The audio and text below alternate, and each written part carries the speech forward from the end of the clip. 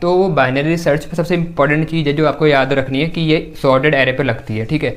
Array ascending order या descending order किसी पर भी किसी भी तरीके से सॉर्टेड हो सकता है। फॉर एग्जांपल मैं एक एरे लेता हूँ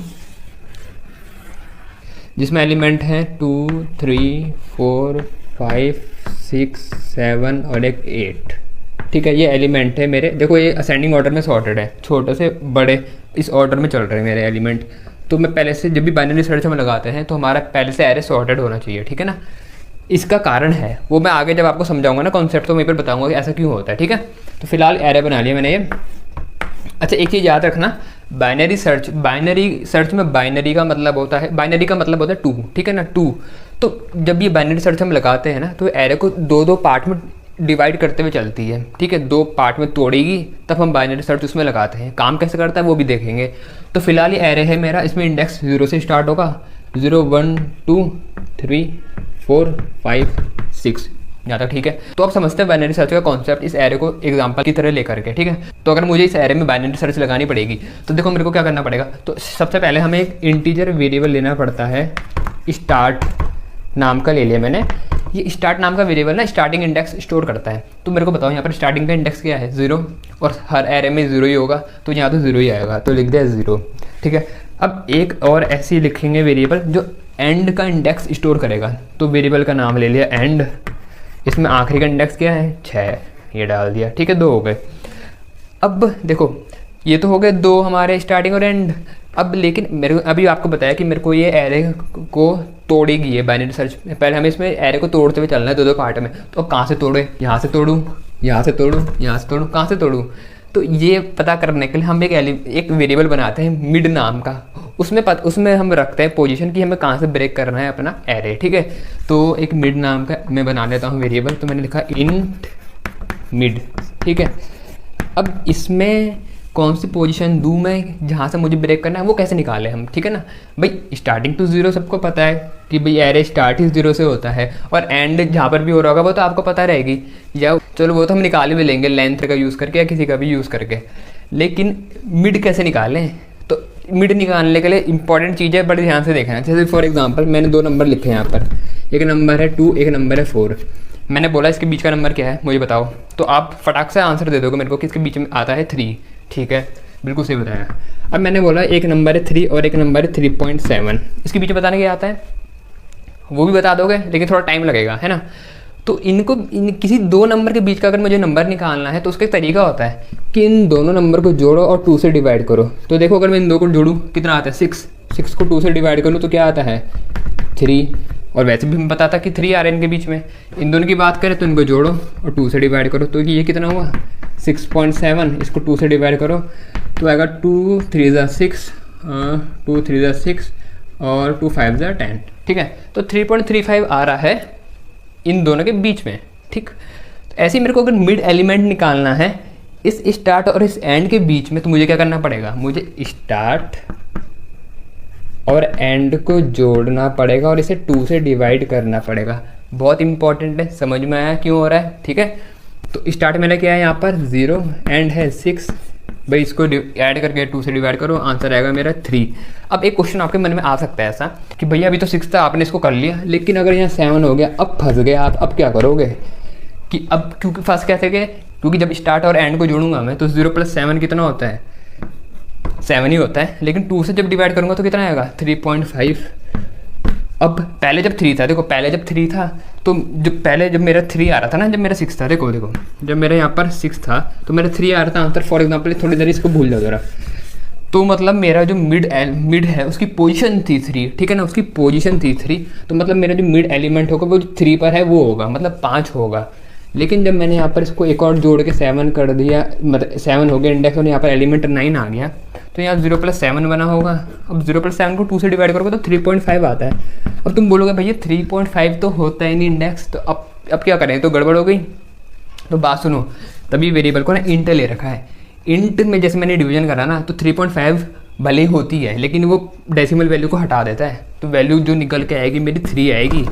तो मतलब अगर तुम्हारा एरे ऐसा भी है कि अगर स्टार्ट और एंड को जोड़ करके 2 से डिवाइड करके पॉइंट नंबर आता है तो टेंशन लेने की बात नहीं है, वो अपने आप डेसिमल वाला पार्ट हट जाएगा और तुम्हारी इंटीजर वैल्यू निकल के आएगी। तो यहाँ पर भी 3 आया तो मेरा तब भी मिड एलिमेंट 5 होता। यहाँ तो कोई दिक्कत तो नहीं है, ठीक है, यहाँ तक सब समझ में आ रहा है। तो जब ऐसा हो गया मेरा, तो अब ये विजुअलाइज करके देखते हैं कि एरे दिखेगा कैसे। तो इसको ज़रा मैं थोड़ी देर के लिए रब करता हूँ यहाँ पर और एरे को बना करके देखते हैं।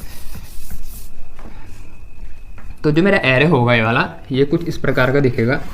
ये हुआ 2 3 4, ये बीच का हो गया 5वां एलिमेंट और ये है 6 7। इसको हटा लेते हैं, ठीक है, नहीं तो समझाने के लिए था 8 तक ही बनाता हूँ मैं, ठीक है। तो यहीं तक एरे ये हो गया 6 7 और 8। ये है मेरा 0 1 2, भैया ये हो गया 3 और ये हो गया 4 5 6। ये निकला मेरा मिड एलिमेंट। स्टार्टिंग का इंडेक्स ये है, स्टार्ट और एंड का इंडेक्स ये हो गया, ठीक है, यहाँ तक ठीक है। तो इसको मैं रब करता हूँ और आगे का तुम्हें समझा दूँ कैसे काम होगा, ठीक है। तो ये वो एरे इस तरीके से ये मिड वाला इसको 2 पार्ट में डिवाइड कर देगा, ठीक है। मैंने यहाँ पर 3 दिखा रखा है, ऐसा नहीं होगा, ये तो बस सिर्फ विजुअलाइज करने के लिए कि इस तरीके से काम हो रहा है। ये मिड वाला है, इधर का पार्ट 1 है, इधर का पार्ट 2 है, ठीक है। तो 2 पार्ट में डिवाइड हो गया मेरा एरे। तो अब कोई एलिमेंट मेरे को इसमें सर्च करना है फॉर एग्जाम्पल, ठीक है। तो जो एलिमेंट मुझे सर्च करना है तो वो यूज़र ने दिया होगा इनपुट में। तो मान लेता हूँ मैंने एक वेरिएबल बना रखा है ELE नाम का, इसमें एलिमेंट मैं यूज़र से इनपुट में लूँगा जो मुझे सर्च करना है अपने इस एरे में, ठीक है। तो इस ELE नाम के वेरिएबल में वो जो भी उसने एलिमेंट इनपुट दिया यूज़र ने वो है। वो कैसे करेंगे वो आगे अभी बताऊँगा जब क्वेश्चन कराऊँगा। तो अब मेरे को चेक करना है कि क्या एलिमेंट इसमें प्रेजेंट है। तो सबसे पहला काम जो होता है हमें चेक करते हैं कि क्या जो उसने एलिमेंट मेरे को दे रखा है क्या ये मिड तो नहीं है, मतलब ये एलिमेंट मिड वाली पोजीशन पर तो नहीं बैठा हुआ। सबसे पहले ये चेक करते हैं हम। तो मैं कैसे चेक करूँगा, तो ये तो कंडीशन लगा के हम चेक करेंगे कि इफ़, अगर कंडीशन लगा कि अगर एलिमेंट इक्वल टू मिड में जो है एलिमेंट उसके बराबर है। अब ऐसे नहीं लिखेंगे कैसे, देखो if ELE equal to mid में जो एलिमेंट है, तो मिड में जो एलिमेंट है अब वो कैसे निकालते हैं, मिड फॉर एग्जांपल अगर ये मेरा एरे का नाम है A, इस एरे का नाम A है तो मैं ऐसे लिखूँगा ना A और ब्रैकेट में मिड, कि भैया अगर एरे इस A नाम का एरे है, फॉर एग्जांपल ये जो एरे है मेरा A नाम का एरे, तो इसके इस A एरे की मिड पोजीशन पर, मिड पोजीशन तो वो हमने किस तरीके से निकाला था, दोनों को जोड़ करके स्टार्ट एंड को 2 से डिवाइड करके उस तरीके से निकल जाएगी। तो अगर वो उस पोजीशन पे, इस एरे की उस पोजीशन पे जो एलिमेंट है, इसका मतलब क्या होता है भाई A एरे और स्क्वायर ब्रैकेट के अंदर हम जो इंडेक्स लिखते हैं तो वो उस इंडेक्स की वैल्यू इस एरे में से बताता है। तो मैंने A एरे के स्क्वायर ब्रैकेट के अंदर अगर मिड लिखा है तो इस एरे की मिड वाली इंडेक्स की पोजीशन वो बताएगा। और मिड वाले 3 वैल्यू आ रखी है तो 3 में वैल्यू उसको चेक करेगा। तो ये कुल मिला के ईच ने जो मेरे को दिया वो है 5। तो क्या एलिमेंट 5 के बराबर है, हो भी सकता है, अगर हो गया तो क्या बात ख़त्म, मिल गया एलिमेंट। तो सीधा यहाँ पर हम क्या कर देंगे, एक वेरिएबल बना कर रखूँगा, उसमें इसका इंडेक्स स्टोर कर दूंगा, ठीक है। फॉर एग्जांपल इंडेक्स नाम का वेरिएबल बनाया और उसमें इंडेक्स इसका स्टोर कर लूँगा कि भैया इस इंडेक्स में मेरे को मिल गया, ठीक है। अभी ऊपर से बता रहा हूँ, ठीक है ना, अभी क्वेश्चन करेंगे इस पर। ऐसा नहीं होगा तो या तो ये हो सकता है कि जो मेरा एलिमेंट है वो इस मिड से छोटा हो, एक तो ये हो सकता है। एक और चीज़ हो सकती है, या तो ये एलिमेंट इस मिड से बड़ा होगा, हो सकता है ना भाई अगर इसके बराबर नहीं है एलिमेंट। अब देखो ये, अब बताओ तो हमने इसको सॉर्टेड ऑर्डर में क्यों रखा था। देखो ये सॉर्टेड ऑर्डर में है, असेंडिंग ऑर्डर में, तो अगर एलिमेंट मिड के बराबर नहीं हुआ भैया ठीक है, अगर बराबर हो गया तो वही बात खत्म, मिल गया मैं एलिमेंट। इसके बराबर नहीं हुआ तो या तो इससे पीछे होगा या इसके आगे होगा। ऐसा क्यों, क्योंकि ये हमने असेंडिंग ऑर्डर में लिखे हुए हैं। तो असेंडिंग ऑर्डर में सबसे छोटा नंबर यहाँ आता है, सबसे बड़ा वहाँ आता है। तो मिड में चेक करा, अगर मिड से बराबर, मिड के बराबर नहीं है, और फिर तो हम ये देखेंगे मिड से छोटा है या उस, तो मिड से या तो फिर छोटा होगा या फिर बड़ा होगा, ठीक है ना। तो हम चेक करेंगे, एक तो मैंने बना लिया छोटे के लिए, तो हम चेक करेंगे कि क्या एलिमेंट मिड से छोटा है। अगर ऐसा हो गया तो मेरी बात सुनो, अगर ऐसा हो गया एलिमेंट मिड से छोटा हो गया तो बताओ मुझे आगे चेक करने की ज़रूरत है क्या, है क्या? बिल्कुल नहीं है। क्यों? क्योंकि सब असेंडिंग ऑर्डर में है ना भाई, सब असेंडिंग ऑर्डर में है। तो जब एलिमेंट इसी मिड से ही छोटा हो गया तो आगे वालों से तो छोटा ऑटोमेटिकली होगा ना। तो मतलब हमें आगे चेक करने की ज़रूरत ही नहीं है, ठीक है, बात समझ में आ रही। तो इसलिए बाइनरी सर्च हमारी टाइम, जो टाइम लगता है सर्च करने में, उसको थोड़ा कम कर देती है। तो अब मतलब अगर एलिमेंट छोटा हो गया मिड से, तो मतलब मेरे को अब इस पर तो ध्यान ही नहीं देना, इस राइट साइड वाले को तुम क्या करो, भूल जाओ। बात समझ में आ रही? तो मेरा जो काम का एरे रहेगा फिर इतना रहेगा। ये समझ में आ रहा ना ऐसा क्यों हुआ भाई? एलिमेंट अगर मिड के बराबर नहीं है तो या तो उससे छोटा होगा या फिर उससे बड़ा होगा। ये दो चीज़ें हो सकती हैं, एलिमेंट या तो मिड से छोटा होगा या एलिमेंट मिड से बड़ा होगा। फॉर एग्जांपल मैं मान लेता हूँ यूज़र ने एलिमेंट इनपुट में दिया है 3, तो चेक होगा, जो कंडीशन थी पहले चेक होगा कि क्या एलिमेंट मिड के बराबर है, क्या एलिमेंट मिड के बराबर है। भाई अगर बराबर हो गया तो बात वहीं ख़त्म।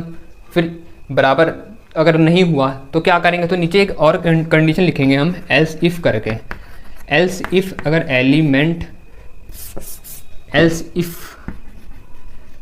एलिमेंट छोटा हो गया मिड से, अगर मिड से एलिमेंट छोटा हो गया तो मेरा एलिमेंट फॉर एग्जांपल 3 दिया इनपुट में, तो 3 मिड वाले एलिमेंट से छोटा हो गया ना। इफ़ एलिमेंट छोटा हो गया, एलिमेंट एड मिड पोजीशन, ठीक है, तो 5 है वहाँ मिड पोजीशन में एलिमेंट और मेरा 3 तो से छोटा है।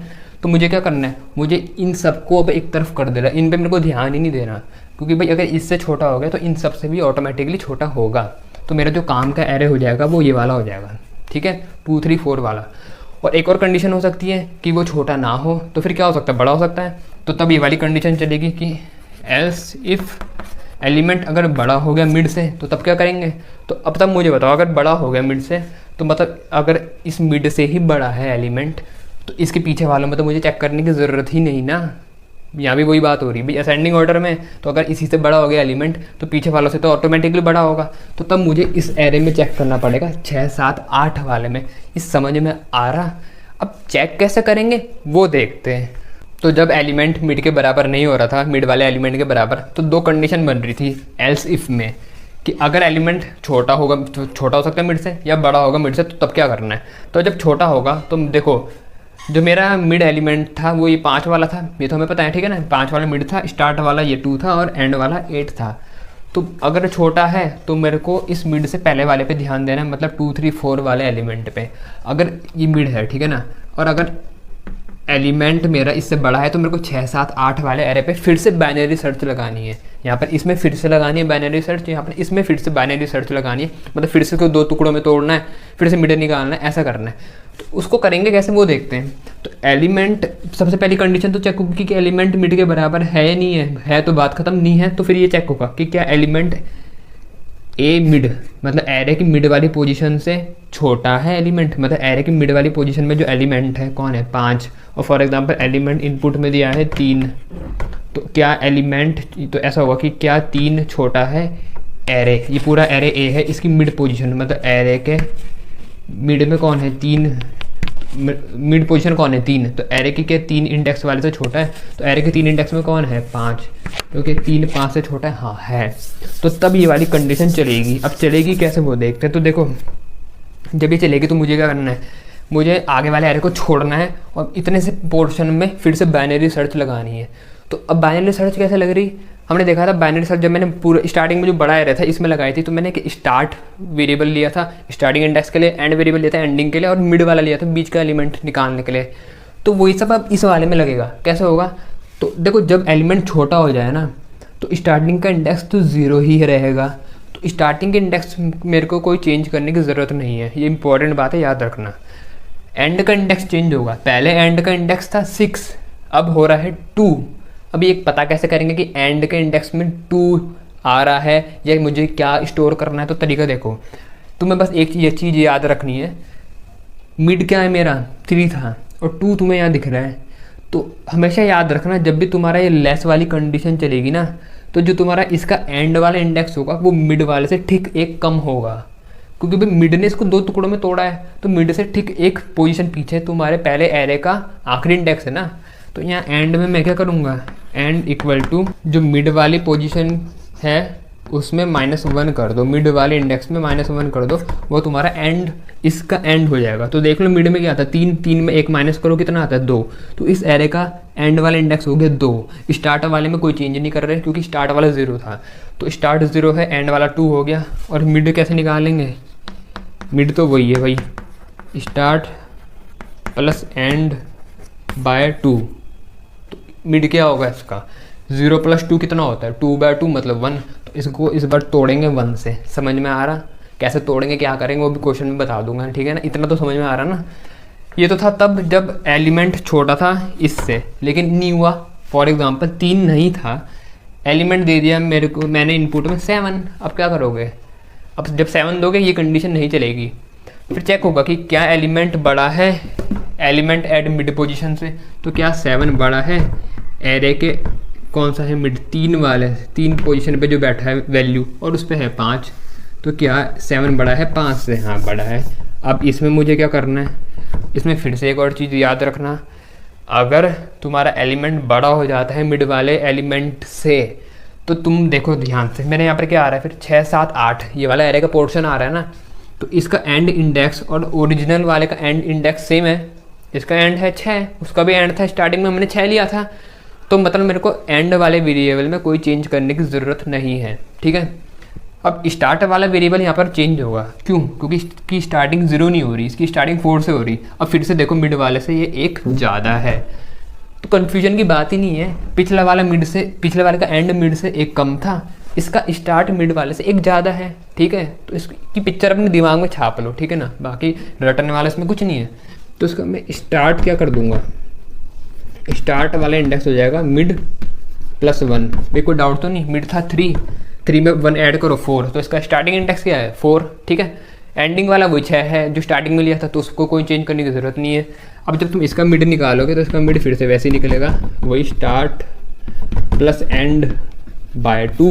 तो इसका स्टार्टिंग था, इसका स्टार्टिंग है 4, एंड है 6, 6 4 10 डिवाइडेड बाय 2 5।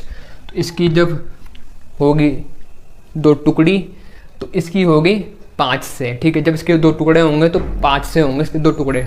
बात समझ में आ रही। इस तरीके से हमारा ये बाइनरी सर्च काम करता जाएगा। अब मैंने एरे ना यहाँ पर छोटा लिया है, अब बहुत बड़ा एरे होगा तो उसके 2 टुकड़े होंगे, फिर से जब 2 टुकड़े बचेंगे चेक होगा कि किस में हमारा एलिमेंट है, इसमें या इसमें, जिसमें होगा उसके 2 टुकड़े होंगे, फिर से चेक होगा, पहले मिड से चेक होगा, मिड में नहीं मिला फिर इधर इधर चेक करेगा, जिसमें होगा उसको फिर से तोड़ेगा। ऐसे तोड़ते तोड़ते आखिर में एक बार ऐसा होगा कि एक ही एलिमेंट बचेगा आखिरी में, ठीक है। तो फिर चेक करेगा कि क्या वो उसके बराबर है, उसके बराबर होगा तो ठीक है हमें एलिमेंट मिल गया, नहीं होगा तो एलिमेंट नहीं मिला, एलिमेंट नॉट फाउंड, ठीक है ना। ये 2 ही चीज़ें हो सकती है, कभी हम सर्च करेंगे तो या तो एलिमेंट होगा या नहीं होगा। अब एक ICSE का क्वेश्चन करता हूँ सॉल्व, उसमें समझते हैं कि कैसे इंप्लीमेंट करेंगे कोड के थ्रू अपनी बाइनरी सर्च को, ठीक है। ये तो अभी कॉन्सेप्ट समझा था हमने, तो अब क्वेश्चन कराता हूँ आपको। एक सॉल्व करते क्वेश्चन आया हुआ ICSE 2010 में। क्वेश्चन में बोला गया है write a program to perform binary search on list of integer. Integer की लिस्ट दी हुई है, मतलब एरे दिया हुआ है आपको, उसमें बाइनरी सर्च करनी है, यूज़र से एलिमेंट इनपुट में लेना है, और अगर वो उस एरे की लिस्ट में या उस लिस्ट में प्रेजेंट होता है तो हमें प्रिंट करना है उस नंबर को अलॉन्ग विद इट्स पोजीशन, उसकी पोजीशन के साथ कि किस इंडेक्स में हमें मिला है। अगर नहीं मिलता है तो हमें प्रिंट करना है सर्च एलिमेंट नॉट फाउंड, ठीक है। ये क्वेश्चन है, अब इसे कैसे सॉल्व करेंगे वो देखते हैं। तो उसके लिए मैंने यहाँ पर स्कैनर क्लास को इम्पोर्ट कर रखा है, टेस्ट नाम की क्लास बना रखी है, मेन मेथड है, उसके अंदर स्कैनर क्लास का SC नाम का ऑब्जेक्ट है, ठीक है। अब हमें यहाँ पर पहले से इंटीजर की लिस्ट दे रखी है, ठीक है। तो जब मैं यहाँ पर एरे बनाऊंगा तो उसको उस बनाते वक्त ही ये लिस्ट हम इनपुट में पास कर देंगे, यहाँ पर हमें यूज़र से लेने की ज़रूरत नहीं है। कैसे करेंगे वो देखते हैं। तो एक एरे बनाऊंगा इंटीजर टाइप का, क्योंकि लिस्ट इंटीजर की है, तो इंट एरे का नाम a इक्वल टू, अब अगर मेरे को बनाते वक्त ही इसमें वैल्यू देनी होती है एरे में, तो उसका तरीका ये होता है एरे का नाम इक्वल टू और करली ब्रैकेट के अंदर जो भी तुम्हें वैल्यू देनी है उनको कॉमा से सेपरेट करके लिख दो, ठीक है। तो यहाँ पर पहले से दे रखी है मैं क्वेश्चन में 5 7 9 11 15 20 30 45 89 30 45 89 और 97 ये हुआ, और ये करा हमने कर्ली ब्रैकेट बंद और ये हो गया, ठीक है। तो ये हमारा एरे है एक A नाम का या कह लो लिस्ट ऑफ इंटीजर है, जिसमें आपको दिख रहा है असेंडिंग ऑर्डर में यहाँ पर एलिमेंट है, ठीक है। अब हमें यूज़र से एलिमेंट लेना है और देखना है कि क्या वो एलिमेंट इस लिस्ट में प्रेजेंट है या नहीं है। प्रेजेंट है तो हमें उसकी इंडेक्सेशन प्रिंट करना पड़ेगा, नहीं होगा तो प्रिंट करेंगे सर्च एलिमेंट नॉट फाउंड। तो यूज़र से इनपुट में लेने के लिए एक लाइन लिखनी पड़ेगी, एंटर द एलिमेंट, ठीक है। तो यहाँ पर लिख देता हूँ मैं system dot out dot print ln enter the element you want to search, ठीक है, यू वांट टू सर्च। अब ये जब लाइन लिखी आएगी तो उसके बाद यूज़र एलिमेंट देना चाहेगा, तो उसके लिए हमें एलिमेंट लेने के लिए एक वेरिएबल बना देता हूँ ELE नाम का, एलिमेंट के लिए ELE, या आप कुछ भी नाम ले सकते हैं। तो int ELE equal to SC dot next int, क्योंकि वो इंटीजर टाइप का वेरिएबल हो, इंटीजर टाइप का नंबर देगा, इंटीजर देगा, तो इसलिए हमने इंटीजर टाइप का ELE नाम का वेरिएबल बनाया और उसमें यूज़र से इंटीजर इनपुट में लेंगे, इसलिए नेक्स्ट इंट लिखा है SC के आगे, ठीक है। अब यहाँ एलिमेंट तो हमारे पास आ जाएगा, लेकिन हमने अभी थोड़ी देर पहले मैंने आपको कॉन्सेप्ट में बताया था, बाइनरी सर्च लगाने के लिए मेरे को स्टार्ट, एंड और मिड नाम के वेरिएबल भी बनाने पड़ेंगे, तो उनको भी यहाँ पर बना लेते हैं। एक वेरिएबल होगा मेरा इंट स्टार्ट। अब स्टार्ट हमें पता है भाई एरे चाहे कुछ भी हो, मतलब जैसे इनपुट में कुछ भी हो, जैसे यहाँ पर ये लिस्ट दे रखी, तो ये लिस्ट जब एरे के अंदर स्टोर हुई होगी तो ये कुछ इस तरीके से हुई होगी। जो पहला एलिमेंट है 5 वो ऐसा आया होगा, उसका इंडेक्स होगा 0। अगला वाला है 7 वो ऐसा आया होगा, उसका इंडेक्स होगा 1। अगला आया होगा 9 उसका इंडेक्स होगा 3। अगला है जो 11 उसका इंडेक्स होगा 4। ऐसे चलता जाएगा ये, ठीक है। इस तरीके से होगा ये स्टोर हमारा इंटरनली। तो हमें दिख रहा है स्टार्ट का इंडेक्स क्या है 0, तो स्टार्ट को तो मैं यहाँ पर 0 वैल्यू दे सकता हूँ, यहाँ तक ठीक है। अब यहाँ पर इंट एंड वाले में क्या वैल्यू दूँ? देखो एक तो ये तरीका है कि तुम यहाँ पर काउंट कर लो कि भाई कितना है, 1 0 इंडेक्स इसका होगा, 1 2 3 4 5 6 7 8 9 और आखिरी वाले का क्या है 9, तो सीधा तुम एंड की वैल्यू यहाँ पर 9 भी दे सकते हो। एक तरीका ये है। और एक और तरीका है जो यहाँ पर अच्छा लगेगा यूज़ करने में, वो होता है लेंथ वेरिएबल, ठीक है। देखो लेंथ मेथड था स्ट्रिंग में, एरे में होता है लेंथ वेरिएबल। कैसे यूज़ करते हैं वो देखते हैं। तो किसी भी अगर मेरे को एरे की लेंथ निकालनी है तो मैं क्या करता हूँ, उस एरे का नाम लिखते हैं। तो यहाँ पर एरे का नाम क्या है A, डॉट लगा के लेंथ लिखते हैं। लेंथ, देखो ये लेंथ स्पेशल वेरिएबल है। जब भी कोई भी एरे हमारा बनता है ना, तो एक लेंथ नाम का वेरिएबल हर एरे के साथ एसोसिएटेड होता है, और वो लेंथ नाम के वेरिएबल में उस एरे की लेंथ होती है। तो यहाँ पर A नाम का मेरा एरे था, तो मैंने A डॉट लेंथ लिखा, तो ये इस A नाम के एरे की लेंथ मुझे बता देगा, ठीक है। तो अब इसकी लेंथ देखो क्या होगी, लेंथ क्या होती है जितने इसमें एलिमेंट है। तो कितने इसमें 1 2 3 4 5 6 7 8 9 10, तो एलिमेंट 10 हैं, लेकिन आखिरी इंडेक्स क्या है 9। तो इसकी लेंथ में से अगर मैं 1 माइनस कर दूँ तो मेरे को आखिरी इंडेक्स मिल जाएगा, ठीक है। तो इस तरीके से निकालना, डायरेक्ट लिखोगे तो वो भी सही है, पर ये जरा थोड़ा अच्छा लगेगा, ठीक है। टीचर भी खुश हो जाएगा इसे देख के। तो इस तरीके से हमने निकाल दी आखिरी इंडेक्स की लेंथ, कोई डाउट तो नहीं इसमें, ठीक है। तो आगे बढ़ते हैं। अब हमारा एक है मिड नाम का वेरिएबल, जिसमें मिड एलिमेंट आएगा, तो उसको हम लूप के अंदर निकालेंगे, वो बताऊंगा मैं वहाँ पर क्यों करेंगे, तो उसे नहीं निकालते। एक वेरिएबल और आएगा हमारा इंडेक्स नाम का, जैसे लीनियर सर्च में हमने करा था। आप मेरी वीडियो देख लेना, मैं आई बटन पे लगा दूंगा लीनियर सर्च वाली। तो वहाँ पर भी हमने एक इंडेक्स नाम का वेरिएबल लिया था, मैंने वहाँ समझाया था हम क्यों लेते हैं। तो यहाँ पर भी हम लेंगे इंडेक्स नाम का वेरिएबल इंडेक्स, उसको भी इनिशियलाइज कर देंगे, मतलब स्टार्टिंग की वैल्यू दे देंगे -1। क्यों दी?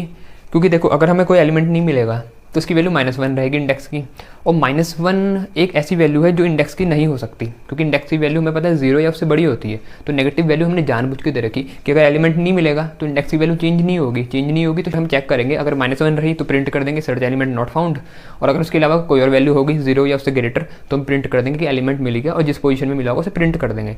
तो इसलिए आप यहाँ पर कोई भी स्टार्टिंग में नेगेटिव वैल्यू ले सकते हैं, चाहे -1 हो चाहे कोई भी नेगेटिव वैल्यू हो, ठीक। अब हमें सर्च करना है एलिमेंट, वही बाइनरी सर्च लगा करके। तो वो देखते हैं हम कैसे अपनी बाइनरी सर्च लगाएंगे। अच्छा, उसको देखने से पहले एक इंपॉर्टेंट चीज़ यहाँ पर देख लो, जो ये लेंथ नाम का ये मैंने लिखा है ना वेरिएबल, इसके आगे मैंने ये नहीं लगाया, ये लगाते भी नहीं है, क्योंकि ये मेथड नहीं है, ये मेथड में लगता है।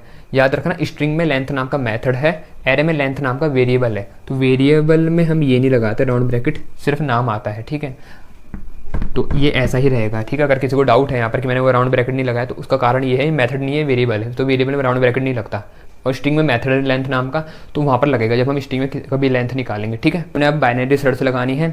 बाइनरी सर्च लगाने से पहले एक मिड हमारा वेरिएबल रह गया था, उसे भी डिक्लेयर कर लेते हैं। तो इंट मिड, ठीक है। मिड नाम का एक वेरिएबल हमने डिक्लेयर कर लिया जो इंटीजर टाइप का है। इसमें हमने वैल्यू नहीं दी कुछ, वो लूप के अंदर देंगे, ठीक है। अब लूप क्यों लगाएंगे? क्योंकि देखो हमारा जो ये हमारा एरे है, इसमें मैंने बाइनरी सर्च लगानी। तो देखो बाइनरी सर्च में होता क्या है, हमारा जो एरे होता है वो 2 पार्ट में डिवाइड होता है। तो पहले एलिमेंट चेक होगा कि क्या मिड में प्रेजेंट है, नहीं होगा तो लेफ्ट वाले में हम चेक करेंगे, फिर राइट वाले में जिसमें हमारा एलिमेंट प्रेजेंट होगा हम उसको फिर से 2 टुकड़ों में तोड़ेंगे। ऐसे चलता जाएगा कब तक, जब तक हमारा आखिरी में एक एलिमेंट नहीं रह जाता, ठीक है। आखिरी में इतना टूट जाता है हमारा एरे कि एक एलिमेंट तक हम पहुँच जाते हैं। तो एक एलिमेंट तक हम पहुँचेंगे और बार बार ये काम करना है, पहले तो बार बार हमें स्प्लिट करना है, तो उसके लिए हमें लूप लगाना पड़ेगा। तो लूप लगाएंगे वाइल लूप, वाइल जब तक। अब लूप लगाया, लेकिन इसकी कंडीशन क्या लिखे, ठीक है। मतलब लूप कब तक चलता रहेगा? तो लूप तब तक चलेगा जब तक हम एक एलिमेंट में नहीं पहुंच जाते, तोड़ते तोड़ते इतना ना तोड़ दें कि एक एलिमेंट बचे। तो कैसे पता करें कि हमारा एक एलिमेंट बच रहा है? अब सुनो, जब मेरा कोई एक एलिमेंट बचेगा ना, तो मुझे बताओ मेरा स्टार्टिंग इंडेक्स और एंडिंग का इंडेक्स क्या होगा। अगर एलिमेंट ही एक है तो जो मेरा स्टार्टिंग का इंडेक्स होगा वही तो मेरा एंड वाला इंडेक्स होगा। मतलब जो इस एलिमेंट का इंडेक्स होगा, फॉर एग्जांपल इसका इंडेक्स 5 है अगर, तो मेरा स्टार्ट वाला इंडेक्स भी 5 ही होगा, मेरा एंड वाला इंडेक्स भी 5 ही होगा। ये कैसे होगा वो भी आगे बताऊंगा, लेकिन इंडेक्स तो दोनों सेम होंगे ना। तो इसलिए कंडीशन ऐसी बनी कि जब तक मेरा start less than equal to end तक नहीं हो जाता तब तक लूप चलाते जाओ। मतलब जब तक स्टार्ट वाला इंडेक्स एंड से छोटा है तो तब तक भी ठीक है, लूप चलेगा। लेकिन इक्वल टू भी हो जाएगा तब भी लूप चलेगा, लेकिन उसके बाद नहीं चलेगा, क्योंकि उसके बाद हमारे पास कोई एलिमेंट नहीं रह जाएगा चेक करने के लिए। ठीक है, जब ये इक्वल होंगे तब मतलब हम आखिरी एलिमेंट में होंगे। बात समझ में आ रही ना। तो जब हम ये वाइल लूप चलाएंगे तो चला के इसमें करेंगे क्या। तो सबसे पहला काम तो हमने क्या करना है, मिड वेरिएबल जो बना रखा उसकी वैल्यू निकालनी है। तो मिड वेरिएबल की वैल्यू हम कैसे निकालेंगे, मिड इक्वल टू क्या था, मैंने आपको बताया था स्टार्ट प्लस एंड, इन दोनों को ऐड करो और उसके बाद डिवाइड कर दो किससे, 2 से। ठीक है, इस तरीके से हमारा निकल जाएगा मिड एलिमेंट। ठीक है, स्टार्टिंग इंडेक्स को ऐड करेंगे एंड वाले के साथ और उनको 2 से डिवाइड कर देंगे। ये तो निकल गया हमारा मिड एलिमेंट। अब उसके बाद हमें इस लूप के अंदर चेक करना है कि क्या मेरा एलिमेंट जो यूज़र से मैंने इनपुट में लिया था वो इसके बराबर है या नहीं है। चेक करने के लिए हम क्या लिखते हैं, इफ़ जो एलिमेंट है इसमें ई में अगर ये बराबर हो गया मिड वाले एलिमेंट के। अब देखो ये ए मिड का मतलब क्या है। फॉर एग्जांपल जैसे मेरी मिड की यहाँ पर वैल्यू क्या ही होगी, स्टार्ट प्लस एंड, स्टार्ट है 0 एंड है 9, तो 0 प्लस 9 9/2, 9/2 कितना हुआ मेरा 4.5। तो 4 आएगी वैल्यू क्योंकि इंटीजर था, 0.5 हट जाएगा तो 4 मतलब ये मेरा ये वाला बना मिड एलिमेंट। ठीक है, तो अब चेक हुआ कि क्या element E for example user ने एलिमेंट इनपुट में दे दिया 30, तो ई में होगी वैल्यू 30। तो चेक हुआ कि क्या ई इक्वल है ए मिड का मतलब ये होता है ए के मिड वाली पोजीशन के एलिमेंट से। और मिड की वैल्यू क्या थी, मिड की वैल्यू यहाँ से आई थी 4, तो एरे का 4। तो क्या एलिमेंट मतलब क्या 30 इक्वल है एरे के 4th इंडेक्स वाले से। तो एरे के 4th इंडेक्स में क्या है 15, तो क्या इक्वल है, नहीं है। तो अभी तो फिलहाल नहीं है, लेकिन अगर होता फॉर एग्जांपल उसने इनपुट में 15 ही दिया होता तो ये तो मेरा ऐसा बन जाता ना, हाँ 15 का इक्वल है। तो मुझे क्या करना था, वहीं पर ही अपना काम रोक देना था, भाई एलिमेंट मिल गया है।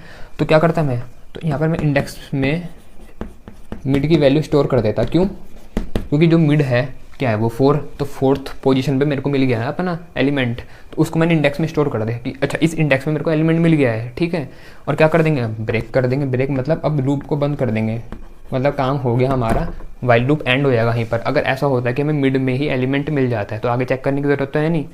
ठीक है, तो इसलिए इंडेक्स में हमने इसका इंडेक्स स्टोर कर दिया। बाद में जब प्रिंट कराना होगा सीधा प्रिंट करवा देंगे कि इस इंडेक्स में मिला है हमें कौन सा एलिमेंट जो यूज़र ने इनपुट में दिया था, अगर ये इसके बराबर होता है पहली चीज़। लेकिन ये भी हो सकता है इसके बराबर ना हो। ठीक है, तो अब अगला हम चेक करेंगे, मैं इसको मिटा रहा हूँ, जब हमारा एलिमेंट मिड के बराबर नहीं होगा तो या तो वो उससे लेस हो सकता है या उससे ग्रेटर हो सकता है, क्योंकि हमारा सॉर्टेड है लिस्ट असेंडिंग ऑर्डर में। ठीक है, अगर हमारा एलिमेंट मिड वाले एलिमेंट के बराबर नहीं होगा तो हम क्या लिखेंगे, एल्स इफ अगर एलिमेंट मेरा लेस देन है ए मिड के, भाई अगर उसके बराबर नहीं है तो उससे छोटा हो सकता है ना। फॉर एग्जांपल जैसे यहाँ पर मेरे ए मिड में कौन सा एलिमेंट है 15, और तो मैं मान लेता हूँ यूज़र ने इनपुट में दिया था 5, तो भाई 5 क्या ए मिड के बराबर है, नहीं है, ये तो उससे लेस है। तो वो E L equal to mid वाली वो कंडीशन ही चलेगी। तो इसको चेक करेगा कि अगर एलिमेंट लेस देन होगा ए मिड से तो मुझे क्या करना है। तो अगर ऐसा है तो इसका मतलब मेरा एलिमेंट इस मिड के लेफ्ट साइड में प्रेजेंट है, मतलब मिड और राइट साइड वाला एरे मेरे किसी काम का नहीं है ना फिर इसका मतलब, क्योंकि भाई एलिमेंट मेरे मिड वाले से छोटा है तो आगे वालों से भी ऑटोमेटिकली छोटा होगा। तो इन सबको साइड करो, सिर्फ काम का मेरा एरे इतना है, इतना वाला, तो इतना एरे अगर काम का है तो मेरा जो स्टार्टिंग वाला इंडेक्स वाला था वेरिएबल और एंड वाला था उनको भी चेंज करना पड़ेगा। तो स्टार्टिंग का तो 0 ही रहेगा, पहले भी 0 था, एंड वाले में चेंज जाएगा। मेरे को एंड वाले को क्या करना पड़ेगा, end equal to mid -1। End की वैल्यू अब वो नहीं दी, उसको तो बाहर कर दिया, उसकी वैल्यू हो चुकी है 3, और 3 निकालूंगा कैसे, मतलब अभी तो 3 है, कि कोई बड़ा एरर होगा तो कुछ और हो सकती है। तो लेकिन ये तो फिक्स रहेगा कि मिड से 1 कम रहेगी, तो इसलिए हम यहाँ लिखेंगे मिड -1। समझ में आ रहा है ये क्यों करा हमने। तो अगर मेरा एलिमेंट उस मिड से छोटा होता है तो एंड को कर दो मिड -1, स्टार्ट तो 0 ही रहेगा, उसे चेंज करने की ज़रूरत नहीं है। ठीक है, ये करेंगे। तो ये तो आए एक एल्स इफ में, लेकिन ज़रूरी है कि एलिमेंट ए मिड से छोटा हो, नहीं ऐसा नहीं हो सकता, ज़रूरी नहीं ऐसा हो। भाई अगर मान लो फॉर एग्जांपल एलिमेंट उसने दे दिया 45, तो 45 ना मिड वाले के बराबर है ना उससे छोटा है, तो एक ही चीज़ बचती है जो ना उसके बराबर है ना उससे छोटा है, तो उससे बड़ा होगा। तो इसको लिखने के दो तरीके हैं, या तो तुम ऐसे लिखो else if element greater than ये एरे का मिड, एक तरीका ये है, और दूसरा भी बताता हूँ क्या है। पहले तो मुझे बताओ अगर ऐसा होगा तो क्या करना है। अगर एलिमेंट ग्रेटर हो गया एरे के मिड वाले पोजीशन वाले से, तो मुझे क्या करना है, तो मतलब मेरा पीछे वाला एरे और मिड वाला ये सब किसी काम के नहीं है, तो मेरे को आगे वाला इतना पोर्शन मेरे काम का है। तो इतना पोर्शन मेरा काम का है, तो देखो स्टार्टिंग इंडेक्स मेरे को 5 बनाना पड़ेगा। अभी 5 है, कोई बड़ा एरे होगा कुछ और भी हो सकता है, लेकिन एक चीज़ फिक्स रहेगी, मिड से एक आगे मिड +1 रहेगा। तो मेरे को स्टार्टिंग का इंडेक्स चेंज करके करना है मिड +1, ठीक है, और एंड वाला तो सेम रहेगा। एंड वाला वही है जो हमने स्टार्टिंग में लिया था, तो उसे चेंज करने की ज़रूरत नहीं है। एक तरीका ये है। अब दूसरी चीज़ सुनो मेरी, हमने स्टार्टिंग में चेक कर लिया कि एलिमेंट अगर मिड के बराबर है तो ये करना है, उसके बाद चेक करा एलिमेंट अगर मिड से छोटा है तो ये करना है। तो तीसरी बार क्या मुझे लिखने की ज़रूरत है कि एलिमेंट अगर मिड से बड़ा है तो क्या करना है। मतलब एक बार तो बराबर चेक कर लिया, एक बार लेस के लिए चेक कर लिया, तो अगर मैं सीधा ऐसे लिखूँ एल्स, यहाँ पर ये लिखने की बजाय अगर मैं ऐसे लिखूँ else start equal to mid +1, तो वही बात है, ठीक है। मतलब आप यहाँ पर एल्स इफ़ करके कंडीशन लिखो या सिर्फ एल्स लिखो, वही बात है, क्योंकि ऊपर की दो कंडीशन नहीं चल रही, तो सीधी सी बात है आपका एलिमेंट मिड से बड़ा होगा, तो यहाँ पर कंडीशन लिखने की ज़रूरत नहीं है, ठीक है। ये इस तरीके से भी हम कर सकते हैं यहाँ पर। तो ये जो हमने ये लिखी कंडीशन, ये स्टार्टिंग वाली जो वाइल के अंदर इफ़ थी उसके नीचे ये वाली एल्स इफ आएगी, उसके नीचे ये एल्स आएगा, और ये मेरा वाइल हो जाएगा यहाँ पर बंद, ठीक। तो ये मेरा चला वाइल लूप। अभी कब तक चलेगा, देखो मेरे एरे मान लो स्प्लिट हुआ, ठीक है। तो फॉर एग्जांपल मैंने इनपुट में दिया था 45 इनपुट में दिया, तो अब काम कैसे करेगा हमारा जो ये कोड है वो देखते हैं। तो पहले तो चेक होगा कि क्या मेरा एलिमेंट मिड के बराबर है, मिड में है 15 नहीं है बराबर। फिर कंडीशन चेक होगी कि क्या मेरा एलिमेंट, ये 45 मेरा एलिमेंट है ELE, कि क्या ये मिड से छोटा है। चेक होगा कि मिड से छोटा है, नहीं मिड में तो 15 है, छोटा नहीं है, तो सबको साइड करो पीछे वालों को। फिर ये एल्स चलेगी, स्टार्ट मेरा मिड +1 हो जाएगा, मतलब मेरा ये हो जाएगा अब स्टार्ट 5 और एंड मेरा रहेगा 9, ठीक है। यहाँ तक बात क्लियर है। फिर से लूप चलेगा जो मेरा वाइल, फिर से कंडीशन चेक होगी कि क्या मेरा स्टार्ट लेस देन और इक्वल टू एंड वाले से। तो मेरा स्टार्ट क्या है 5, नया वाला स्टार्ट 5 है ना, एंड क्या है 9, तो हाँ लेस देन है मेरा स्टार्ट एंड वाले से। फिर से मेरी कंडीशन चलेगी, और कंडीशन में सबसे पहले क्या था, मिड निकल रहा था, तो मिड की वैल्यू निकलेगी। तो आप नोट करते रहना जो मैंने आपको पहले कराया था, ठीक है, जो मैंने स्टार्टिंग की कंडीशन कराई थी उसकी बात कर रहा हूँ मैं, ठीक है। तो आपने अगर लिखा है तो आप उसको देख करके समझ सकते हैं, जैसे मैं आपको यहाँ पर समझा रहा हूँ साथ ही साथ।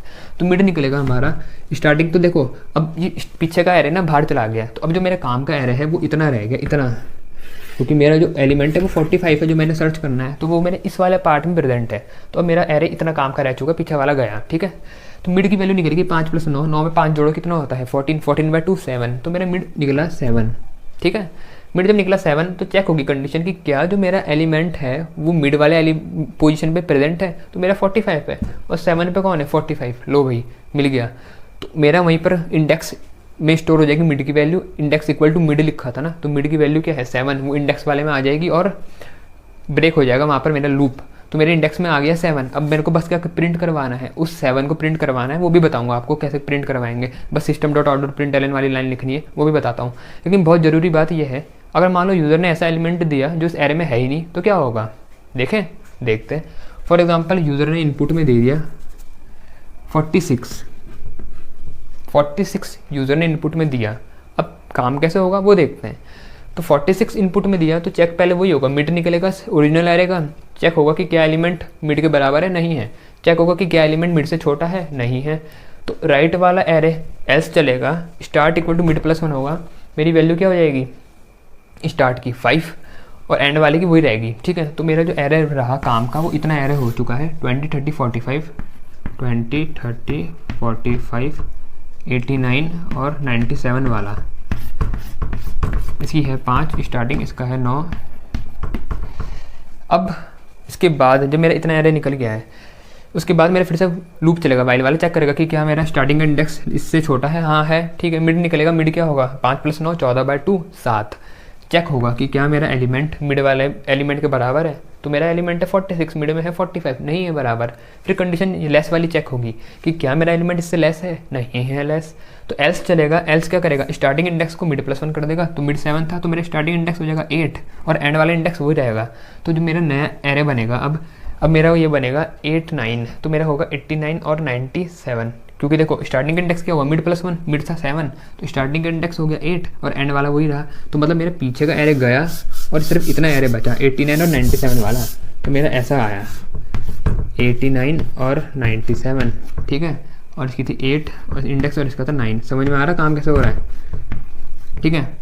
अब फिर से मेरा कंडीशन चेक होगी कि क्या स्टार्ट, भाई 8 तो मेरा स्टार्ट है और 9 मेरा क्या है एंड, कि क्या स्टार्ट एंड से छोटा है, हाँ छोटा है, तो फिर से मिड निकलेगा। मिड क्या होगा 8 + 9, 8 में 9 जोड़ लो कितना होता है 17, 17/2 करके देखो जरा कितना आता है 2 8 16, 8 पॉइंट कुछ आएगा, पॉइंट हमें करने की ज़रूरत भी नहीं, वो 8 वैल्यू लेगा क्योंकि इंटीजर है मिड, तो 8 मेरा बन जाएगा मिड, तो मिड मेरा कौन बनेगा 8, और 8 में कौन है 89। फिर से चेक होगा कि क्या मेरा एलिमेंट मिड वाले के बराबर है, तो क्या मेरा एलिमेंट 46 89 के बराबर है, नहीं है। फिर क्या चेक होगा कि क्या मेरा एलिमेंट मिड से छोटा है, तो मेरा एलिमेंट हाँ मिड से छोटा है, 46 89 से छोटा है। तो अब देखो क्या होगा, अब एंड मेरा क्या हो जाएगा मिड -1, तो मेरा एंड अभी क्या था 9, ठीक, अब वो हो जाएगा मिड -1, तो मिड मेरा कितना है, मिड मेरा कितना है, मिड मेरा है 8, तो मेरा एंड हो जाएगा 8 -1, तो मतलब मेरे एंड में क्या वैल्यू आएगी 7। समझ रहे हो ना, मेरे एंड में 7 वैल्यू आ चुकी है, जबकि मेरे स्टार्ट वाले की वैल्यू क्या है 8, स्टार्ट वाले की वैल्यू है मेरी 8, ठीक है। ये हुआ, ठीक। अब उसके बाद फिर से मेरी कंडीशन चेक होने जाएगी वाइल में क्या था स्टार्ट लेस देन और इक्वल टू एंड, तो क्या मेरा स्टार्ट लेस देन है एंड से, नहीं, स्टार्ट तो बड़ा हो गया, ना ही इक्वल टू है, तो कंडीशन होगी फॉल्स, ठीक है, कंडीशन होगी फॉल्स। तो मेरे इंडेक्स वाले की वैल्यू में चेंज आया कोई नहीं, मेरी इंडेक्स की मैंने स्टार्टिंग में वैल्यू -1 ली थी और उसमें कभी भी चेंज नहीं आया, क्योंकि इंडेक्स की वैल्यू में चेंज तब आता है जब ELE इक्वल टू मिड वाली कंडीशन चलती है, लेकिन वो एक बार भी नहीं चली, तो इंडेक्स की वैल्यू मेरी जो स्टार्टिंग में -1 थी वो -1 ही रही होगी, और वो वैल्यू अगर -1 ही है तो इसका मतलब मेरे को एलिमेंट नहीं मिला, और हमने यहाँ देखा मेरे को एलिमेंट नहीं मिला। बात समझ में आ रही, तो इस तरीके से मेरा काम कर रहा है यहाँ पर बाइनरी सर्च, ठीक है, यहाँ तक क्लियर है। तो अब आखिर में मैं एक लाइन प्रिंट कर दूंगा कि अगर मेरा इंडेक्स -1 रहता है तो एलिमेंट नॉट फाउंड, ठीक है, और अगर वो कुछ और हो जाता है चेंज हो जाता है तो मतलब एलिमेंट मिलेगा मेरे को इंडेक्स वाली पोजीशन पर। समझ में आ रहा है, तो उसको प्रिंट कर देते हैं। पहले कंडीशन लिखेंगे इफ़ इंडेक्स इक्वल टू -1, अगर -1 ही रहता है तो प्रिंट कर दो system dot out dot println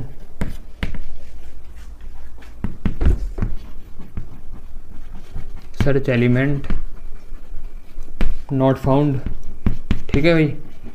अगर इंडेक्स की वैल्यू में कोई चेंज ही नहीं आया, -1 ही रही, और मैंने आपको दिखा दिया -1 कब रहेगी, जब ऐसा एलिमेंट हम दे देंगे जो प्रेजेंट ही नहीं है।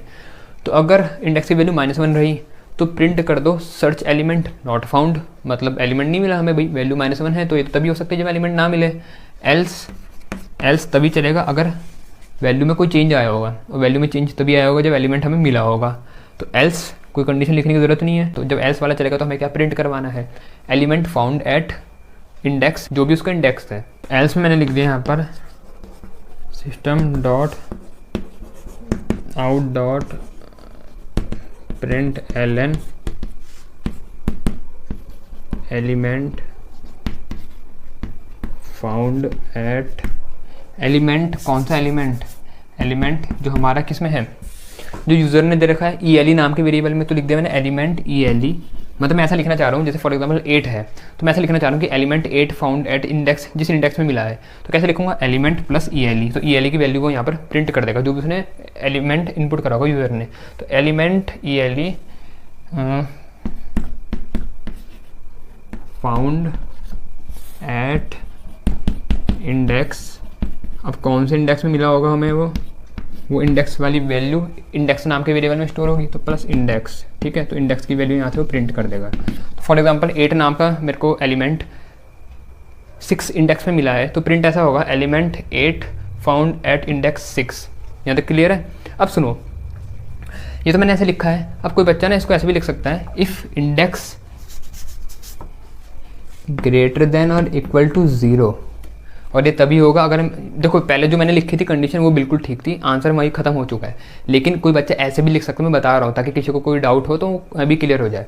तो अगर इंडेक्स ग्रेटर देन और इक्वल टू 0 है, ऐसा कब होगा, जब मेरे को इंडेक्स मतलब कोई वो एलिमेंट मिला होगा, क्योंकि इंडेक्स की वैल्यू तो -1 थी, वो चेंज हुई, मतलब ग्रेटर देन और इक्वल टू 0 तभी होगी जब मेरे को एलिमेंट मिला होगा। तो अगर ऐसा होता है तो system dot out print ln, तो तब मैं यहाँ लिख सकता हूँ जो यहाँ लिखा है, element plus ELE plus found at index plus index, ठीक है। तो तब मेरे को अगर ऐसा मैं करता हूँ तो फिर मेरे को एल्स में लिखना पड़ेगा सर्च एलिमेंट नॉट फाउंड, ठीक है। तो वो पहली वाली जो कंडीशन थी 2 वो भी ठीक है, और ऐसे भी तुम लिख सकते हो, ठीक है, सर्च एलिमेंट नॉट फाउंड। हुआ क्या, देखो अगर इंडेक्स की वैल्यू ग्रेटर देन और इक्वल टू 0 है, मतलब मेरे को एलिमेंट मिल चुका है, तो प्रिंट कर दो एलिमेंट, जो भी एलिमेंट है वो मिल गया है एट इंडेक्स, जो इंडेक्स में वैल्यू है उसमें। एल्स, और एल्स तभी चलेगा जब मेरी वैल्यू ग्रेटर देन और इक्वल टू 0 नहीं होगी। ग्रेटर देन और इक्वल टू 0 नहीं होगी तो मतलब लेस देन 0, लेस देन 0 मतलब जो मैंने स्टार्टिंग में दी थी, और स्टार्टिंग में क्या दी थी -1, तो ये वाला पार्ट तब चलेगा जब मैंने स्टार्टिंग में जो -1 वैल्यू दी थी अगर वो -1 ही है, और -1 है मतलब मेरे को एलिमेंट नहीं मिला, तो प्रिंट हो जाएगा सर्च एलिमेंट नॉट फाउंड। तो हमें इस क्वेश्चन में क्या करना है, हमें एक एरे दिया रहेगा पहले से, ठीक है, पहले से गिवन है हमें एरे, जो उसमें वैल्यू है वो कैसे बनाएंगे वो भी बताऊंगा आपको। तो और एक उसके बाद हमें यूज़र से वैल्यू इनपुट में लेनी है, तो वो वैल्यू अगर प्रेजेंट होगी उस एरे में तो हमें प्रिंट करना है रिकॉर्ड एग्जिस्ट, और अगर वो वैल्यू प्रेजेंट नहीं होगी एरे में तो हमें प्रिंट करना है रिकॉर्ड डज नॉट एग्जिस्ट। और ये सब हमें बाइनरी सर्च के थ्रू देखना है कि वो वैल्यू प्रेजेंट है एरे में या नहीं है, ठीक है। तो हमने यहाँ पर स्कैनर को इंपोर्ट कर रखा है, टेस्ट नाम की क्लास बना रखी है, मेन मेथड के अंदर स्कैनर क्लास का SC नाम का ऑब्जेक्ट है इनपुट लेने के लिए। तो देखो बाइनरी सर्च में हमें पता है 3 वेरिएबल तो हमें बनाने पड़ते हैं, तो पहले बना देता हूँ इंट स्टार्ट नाम का वेरिएबल, एंड और एक मिड, ये 3 वेरिएबल तो हर हाल में बनेंगे, ठीक है। अब एक और उसने हमें क्वेश्चन में दिया हुआ है कि एक वेरिएबल लेना है ईयर ऑफ ग्रेजुएशन, मतलब यूज़र से लेना है, तो उसके लिए एक वेरिएबल बनाना पड़ेगा ना मेरे को कोई, जिसमें मैं ईयर स्टोर करूँगा। तो मैंने इंट ईयर YEAR ईयर नाम का एक वेरिएबल बना दिया ईयर ऑफ ग्रेजुएशन को स्टोर करने के लिए, ठीक है।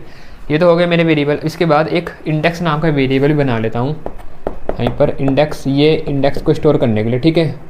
स्टार्टिंग वैल्यू -1 दे देता हूँ, ये मैंने बता रखा हम जानबूझ के इसमें नेगेटिव वैल्यू देते हैं, कोई भी नेगेटिव वैल्यू, क्योंकि अगर हमें एलिमेंट नहीं मिलेगा तो नेगेटिव वैल्यू रहेगी, तो प्रिंट करने में हमें आसानी रहेगी कि इंडेक्स अगर नेगेटिव है तो प्रिंट कर दो कि वैल्यू नहीं मिली, रिकॉर्ड डज नॉट एग्जिस्ट। इसकी वैल्यू अगर कोई पॉजिटिव होगी मतलब हमें एलिमेंट मिल चुका है तो हम प्रिंट कर देंगे रिकॉर्ड एग्जिस्ट। तो इसलिए हम इंडेक्स नाम का वेरिएबल बनाते हैं, हमेशा बनाना है, याद रखना, ठीक है। तो ये हमारे वेरिएबल हो गए हैं। अब इसके बाद हमें जो एरे दे रखा है पहले से क्वेश्चन में, हमें वो बनाना पड़ेगा। अब देखो कैसे बनाते हैं एरे। एरे बनाने के लिए इंटीजर टाइप का एरे है तो लिखूंगा इंट, एरे का नाम मैंने लिख दिया A, ठीक है, इंट A ये बनाया। अब एक तरीका तो होता था पहले जितनी बार हमने क्वेश्चन करे अभी तक, हम यूज़र से इनपुट लेते थे, ठीक है, एक तरीका तो वो है। एक तरीका होता है कि एरे को बनाते वक्त उसे इनिशियलाइज कर दो, मतलब उसी समय उसे वैल्यू दे दो। ऐसा करने के लिए देखो हम क्या करते हैं, जैसे यहाँ पर इन्होंने बोला है एरे के एलिमेंट बता रखे हैं कि ये वाले एरे के एलिमेंट है 1982, 1987, 1993 जो भी हैं ये, ठीक है। तो इनको अगर मेरे को बनाते वक्त ये वैल्यू एरे में देनी है तो मेरे को कर्ली ब्रैकेट के अंदर इन्हें लिखना पड़ता है, कॉमा से सेपरेट करते हुए। कैसे करेंगे वो देखो। तो पहला एलिमेंट है 1982 तो लिखूंगा 1982 कॉमा, अगला है 1987, 1987 कॉमा, 1993, 1993 कॉमा, ऐसे अगला है 1996, 1996, उसके बाद है 1999, 1999, उसके बाद है 2003, उसके बाद है 2006, और उसके बाद है 2007 और 2009, ठीक है।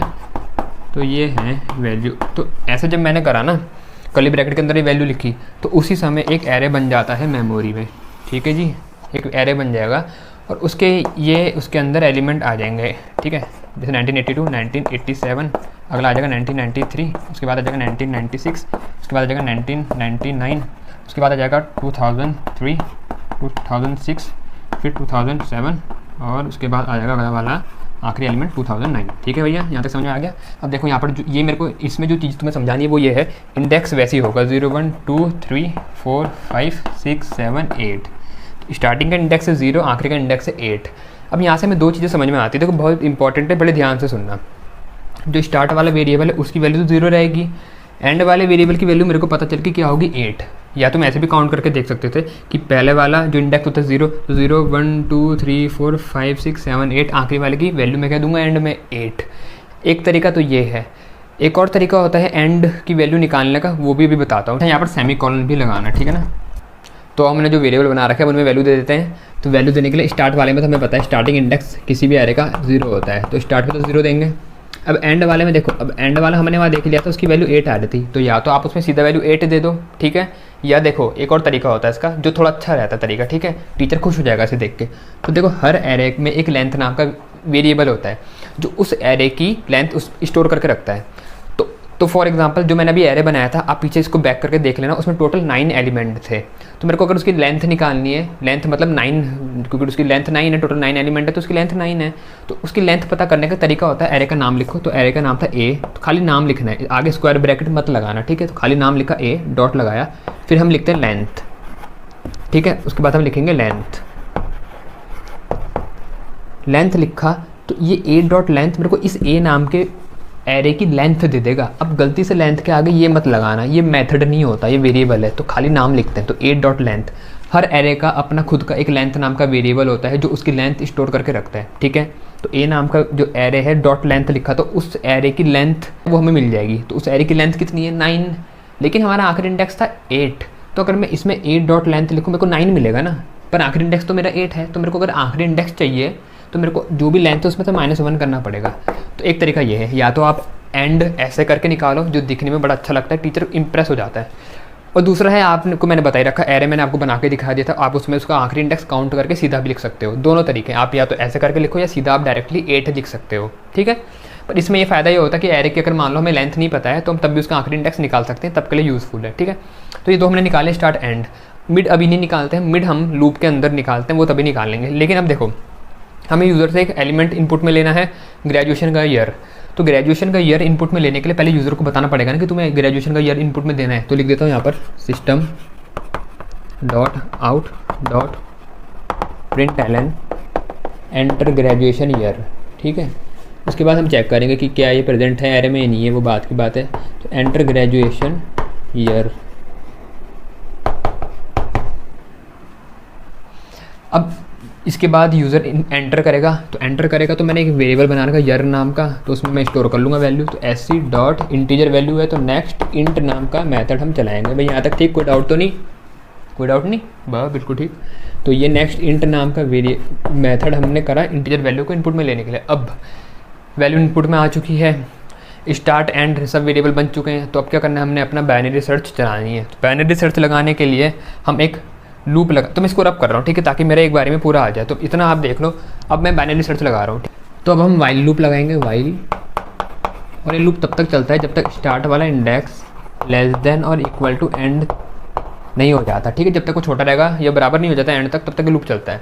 तो वाइल लूप तब तक चलेगा। अब वाइल लूप के अंदर हमें करना क्या है, तो वाइल लूप के अंदर सबसे पहला काम तो ये होता है कि मिड निकालो, जो तो हमने तब से नहीं निकाला, अभी के लिए बैठे थे हम निकालेंगे। मिड इक्वल टू क्या होता है, स्टार्ट प्लस एंड। स्टार्टिंग का इंडेक्स और एंड वाला इंडेक्स को जोड़ के 2 से डिवाइड करो। भाई साथ साथ बोलते हुए चलना, याद हो जाएगा तरीका क्या है। मिड निकालते कैसे हैं, स्टार्ट और एंड को जोड़ के 2 से डिवाइड करते हैं, तो निकल गया मिड। अब उसके बाद मिड निकालने के बाद हम चेक करते हैं इफ़ अगर जो एलिमेंट इनपुट में दिया था जो था ईयर, अगर वो इक्वल है एरे के मिड वाले से, ठीक है।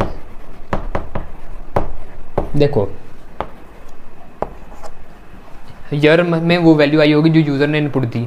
अगर वो इक्वल है एरे, जो इतना बड़ा मेरा एरे था जिसमें 9 एलिमेंट थे, अब उसकी जो मिड पोजीशन होगी उसके एलिमेंट के इक्वल है। तो जैसे मेरा ये था ना एरे, तो मिड में ये इंडेक्स आया, फॉर एग्जांपल 0 1 2 3 4 इस टाइप का मेरा एरे है। तो फॉर एग्जांपल मिड में 2 वैल्यू है, तो ए मिड ये बोलता है कि 2 इंडेक्स पे जो वैल्यू है, अगर वो वैल्यू इस ईयर की वैल्यू से बराबर है तो क्या करो, तो फटाफट इंडेक्स में इंडेक्स स्टोर कर लो। और इंडेक्स किस में है, मिड में है, मिड इंडेक्स स्टोर करता है, ठीक है। मिड कोई वैल्यू मतलब मिड वैल्यू नहीं है, मिड में हमारे इंडेक्स आता है, मिड वाले एलिमेंट का इंडेक्स आता है। तो मिड में मिड वाले एलिमेंट का इंडेक्स आया, तो उस इंडेक्स का मेरे को अगर एलिमेंट चाहिए तो इसलिए हमने वो लिखा ए, उस एरे की मिड वाले इंडेक्स का एलिमेंट हमें दो, ठीक है। तो यहाँ पर हमें एलिमेंट मिलता है मिड पोजीशन वाला, वो चेक होता है कि क्या वो ईयर के बराबर है, मतलब उस वैल्यू के बराबर है जो इनपुट में ली। अगर है तो बात वही ख़त्म। तो इंडेक्स में उस मिड को डाल दो, उस इंडेक्स को डाल दो, और उसके बाद ब्रेक कर देंगे। ये ब्रेक करना बहुत इंपॉर्टेंट है, अगर ये नहीं करा ना, ब्रेक करना भूल गए तो मार्क्स भी भूल जाना फिर, ठीक है। तो ब्रेक बहुत इंपॉर्टेंट है, ठीक है। तो ये करने के बाद ब्रेक करना बहुत ज़रूरी है, ठीक है ना। तो ब्रेक करते ही हमारा क्या हो जाएगा, हमें एलिमेंट मिला इंडेक्स में, उसकी पोजीशन आ चुकी है, उसके बाद ब्रेक हुआ तो हम लूप के बाहर आ जाएंगे, हमें आगे नहीं चलाना भाई, एलिमेंट मिल गया तो अब क्या करना चला के, ठीक है। नहीं मिलता तो एल्स चलेगा। अब देखो एल्स इफ़ चलेगा, एल्स इफ़, ठीक है। तो एल्स इफ़ में लिखा हमने, अब ये हो सकता है भाई अगर इसके बराबर नहीं है तो यर छोटा हो सकता है, यर छोटा हो सकता है एरे के मिड से। और मैंने पहले ही बताया था अगर एरे की मिड वाली पोजीशन से जो हमने इनपुट दी है वो वाली वैल्यू छोटी है तो हमें आगे, देखो अभी ये असेंडिंग ऑर्डर में था हमारा एरे, ठीक है ना। जो वैल्यू थी आप देख लेना, 1982 का रहा था, फिर उसके बाद उससे बड़ी वैल्यू थी, फिर उसके बाद उससे बड़ी वैल्यू, ऐसे करके हमारा एरे था, ये असेंडिंग ऑर्डर में था एरे। तो असेंडिंग ऑर्डर में जब हमारा एरे होता है तो सबसे छोटी वैल्यू स्टार्टिंग में होगी, सबसे बड़ी वैल्यू एंड में होगी, ठीक है। तो अगर मेरे एलिमेंट मिड के बराबर नहीं है, मिड के बराबर मेरा एलिमेंट नहीं है, तो या तो उससे छोटा होगा या उससे बड़ा होगा, ठीक है ना। तो अगर मेरा यर एरे मिड से छोटा है, मतलब जो मेरा एलिमेंट है वो मिड वाली वैल्यू से छोटा हो गया है, तो मेरे को आगे क्यों देखना फिर, जब उसी से छोटा है तो मतलब इसकी लेफ्ट साइड में होगा ना, तो लेफ्ट साइड में होगा तो मेरा काम का एरे इतना रह जाता है। तो जब मेरा काम का एरे इतना रह जाता है, आप लोगों को तो पता चलेगा कि काम का एरे इतना है, प्रोग्राम को कैसे बताएं कि तुम्हें अब इस एरे में बाइनरी सर्च लगानी है, ठीक है ना। बाइनरी सर्च रिपीटेडली लगती रहती है, जिस वाले पोर्शन में हमें लगता है कि एलिमेंट है, हम उसमें फिर से बाइनरी सर्च लगाते जाते हैं। तो अभी हमारे इस वाले में हमें लग रहा है कि इस वाले में है, क्योंकि भाई एलिमेंट उससे छोटा है, तो इसमें लगानी है बाइनरी सर्च। तो अब इसको पता कैसे करें कि इसमें जो हम बोर्ड है इसमें लगानी है, इसमें ये है कितना। तो देखो लेफ्ट साइड का है तो स्टार्टिंग इंडेक्स तो 0 होगा और मिड से ठीक पहले वाला है तो एंडिंग इंडेक्स ठीक मिड से एक कम होगा। तो स्टार्टिंग इंडेक्स तो मैंने 0 ले रखा था स्टार्टिंग में, उसमें कोई चेंज नहीं करना, बस एंड वाला इंडेक्स एक मिड से कम हो जाएगा। तो एल्स इफ के अंदर हम सिर्फ ये लिखेंगे एंड इक्वल टू मिड -1। बात समझ में आ रही है यहाँ पर। एक चीज़ याद रखना, जितने भी अभी मैंने ICSE के क्वेश्चन देखे हैं वो सारे असेंडिंग ऑर्डर में आ रखे हैं। मतलब हमें पता है बाइनरी सर्च सॉर्टेड एरे में लगती है, सॉर्टेड एरे या तो असेंडिंग ऑर्डर में हो सकता है या डिसेंडिंग ऑर्डर में सॉर्टेड हो सकता है। तो जितने क्वेश्चन मैंने अभी तक देखे प्रीवियस ईयर के सारे असेंडिंग ऑर्डर में सॉर्टेड पहले से आ रखे हैं, ठीक है। तो याद रखना जब असेंडिंग ऑर्डर में सॉर्टेड हो एरे तो अगर लेस देन होती है वैल्यू तो मतलब हमारा लेफ्ट साइड वाला काम का एरे हो जाता है। डिसेंडिंग ऑर्डर में ठीक उल्टा होता है, तब राइट साइड वाले पे देखेंगे, वो तब बता दूंगा जब मैं क्वेश्चन कराऊंगा डिसेंडिंग ऑर्डर का, ठीक है। तो यार लेस देन है एरे मिड से, तो आपको पता चलेगा हमें लेफ्ट वाली साइड वाले एरे को कंसीडर करना है। तो अगर ऐसा नहीं हुआ भाई, मेरा अगर ईयर ग्रेटर देन हो गया मिड वाली पोजीशन से, तब क्या करूँगा, तो तब के लिए एल्स कंडीशन है, एल्स। तो एल्स तब चलेगी जब ये नहीं चलेगी, जब ये नहीं चलेगी तो सीधी सी बात है तब एल्स चलाना है हमें, क्योंकि वो ना यहाँ मिला है ना लेफ्ट साइड में मिला, तो तब राइट साइड में मिलेगा, ठीक है। ठीक है, तो राइट साइड में तब मिलेगा। तो मुझे बताओ अब मुझे क्या करना है। अगर मेरा एरे राइट साइड में है, राइट साइड में कहने का मतलब ये है कि अगर मेरी ईयर की वैल्यू ग्रेटर देन है एरे मिड से, ठीक है, मिड वाली पोजीशन से जो एलिमेंट है उससे अगर मेरी वैल्यू ग्रेटर है तो मेरे को, अगर उससे ग्रेटर है तो लेफ्ट साइड में और मिड पे फोकस नहीं करना, इधर वाले एरे पे ध्यान देना है। इधर वाले एरे पे ध्यान देना है तो एंड वाला इंडेक्स तो वही रहेगा जो पुराना है, उसमें तो कोई चेंज नहीं आया। लेकिन जो स्टार्टिंग का इंडेक्स है वो मिड से एक आगे वाला हो जाएगा। तो स्टार्टिंग का इंडेक्स मिड से एक आगे वाला हो जाएगा, तो स्टार्ट वाले को लिख दूंगा मैं इक्वल टू मिड +1, बस इतना सा चेंज आएगा, ठीक है। समझ रहे हो ना बात को, ठीक है। तो ये हो गया हमारा इसका जो लॉजिक है। अब ये करने के बाद हमें आखिर में बस प्रिंट करवाना है रिजल्ट एग्जिस्ट। अगर एग्जिस्ट करता है, नहीं करता है तो प्रिंट करवाना है रिजल्ट डज नॉट एग्जिस्ट। पता कैसे चलेगा हमें रिजल्ट एग्जिस्ट कर रहा है या नहीं कर रहा, रिकॉर्ड एग्जिस्ट कर रहा है या नहीं कर रहा। तो वो पता करने के लिए देखो, अगर इंडेक्स की वैल्यू में कोई चेंज आ गया तो मतलब हमारे रिकॉर्ड एग्जिस्ट कर रहे हैं, मैंने आपको बता रखा है, समझा भी रखा है। और अगर इंडेक्स की वैल्यू में कोई चेंज नहीं आया, अब मैंने, अगर आपको नहीं पता है तो मेरी पुरानी वीडियो देख लेना लीनियर सर्च की और बाइनरी सर्च की, मैं लगा दूंगा आई बटन पे, ठीक है, तो आपको पता चल जाएगा। तो इंडेक्स की वैल्यू में अगर कोई चेंज नहीं आया तो मतलब हमारा रिकॉर्ड एग्जिस्ट नहीं कर रहा, तो बस वो प्रिंट करवाना है। कैसे कराएंगे देख लेते हैं। तो लिख देंगे इफ़ इंडेक्स अगर इसकी वैल्यू ग्रेटर देन और इक्वल टू 0 होगी, तभी होगी जब हमें एलिमेंट मिलेगा। तो अगर ऐसा होता है इंडेक्स की वैल्यू ग्रेटर देन और इक्वल टू 0 हो जाती है तो प्रिंट करना है system dot out dot print ln record exist,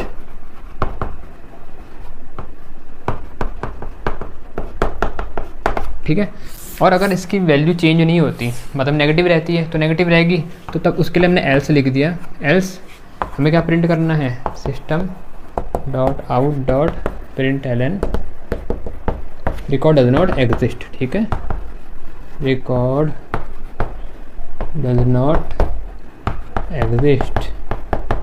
बस हो गया, ये था क्वेश्चन। ठीक है, क्वेश्चन में बोला है define a class to declare an integer array of size n। एक क्लास बनाओ और उसमें एक इंटीजर एरे बनाओ n साइज का, फिर उसमें n accept element in ascending order into the array. उसके बाद उसमें एलिमेंट असेंडिंग ऑर्डर में एक्सेप्ट करना है एरे में। ठीक है, तो इतना करते हैं। तो यहाँ पर मैंने स्कैनर को इंपोर्ट कर रखा है, टेस्ट नाम की क्लास बना रखी है। मेन मेथड के अंदर स्कैनर क्लास का SC नाम का ऑब्जेक्ट है जो हमारे इनपुट लेने में हमें मदद करेगा। अब सबसे पहले हम वो वेरिएबल बनाएंगे जिनकी हमें बाइनरी सर्च में ज़रूरत पड़ती ही पड़ती है। तो वो वेरिएबल है हमारे इंट, एक तो है स्टार्ट वेरिएबल, एक है मिड और एक है एंड। ये तीन तो इनकी तो ज़रूरत होगी। एक और होता है हमारा इंडेक्स। ठीक है, जिसमें हम अपने एलिमेंट का इंडेक्स स्टोर करते हैं। अगर हमें एलिमेंट मिल जाता है तो इंडेक्स को हम इनिशियलाइज करते हैं -1 से। ये तो हर हाल में बनेंगे।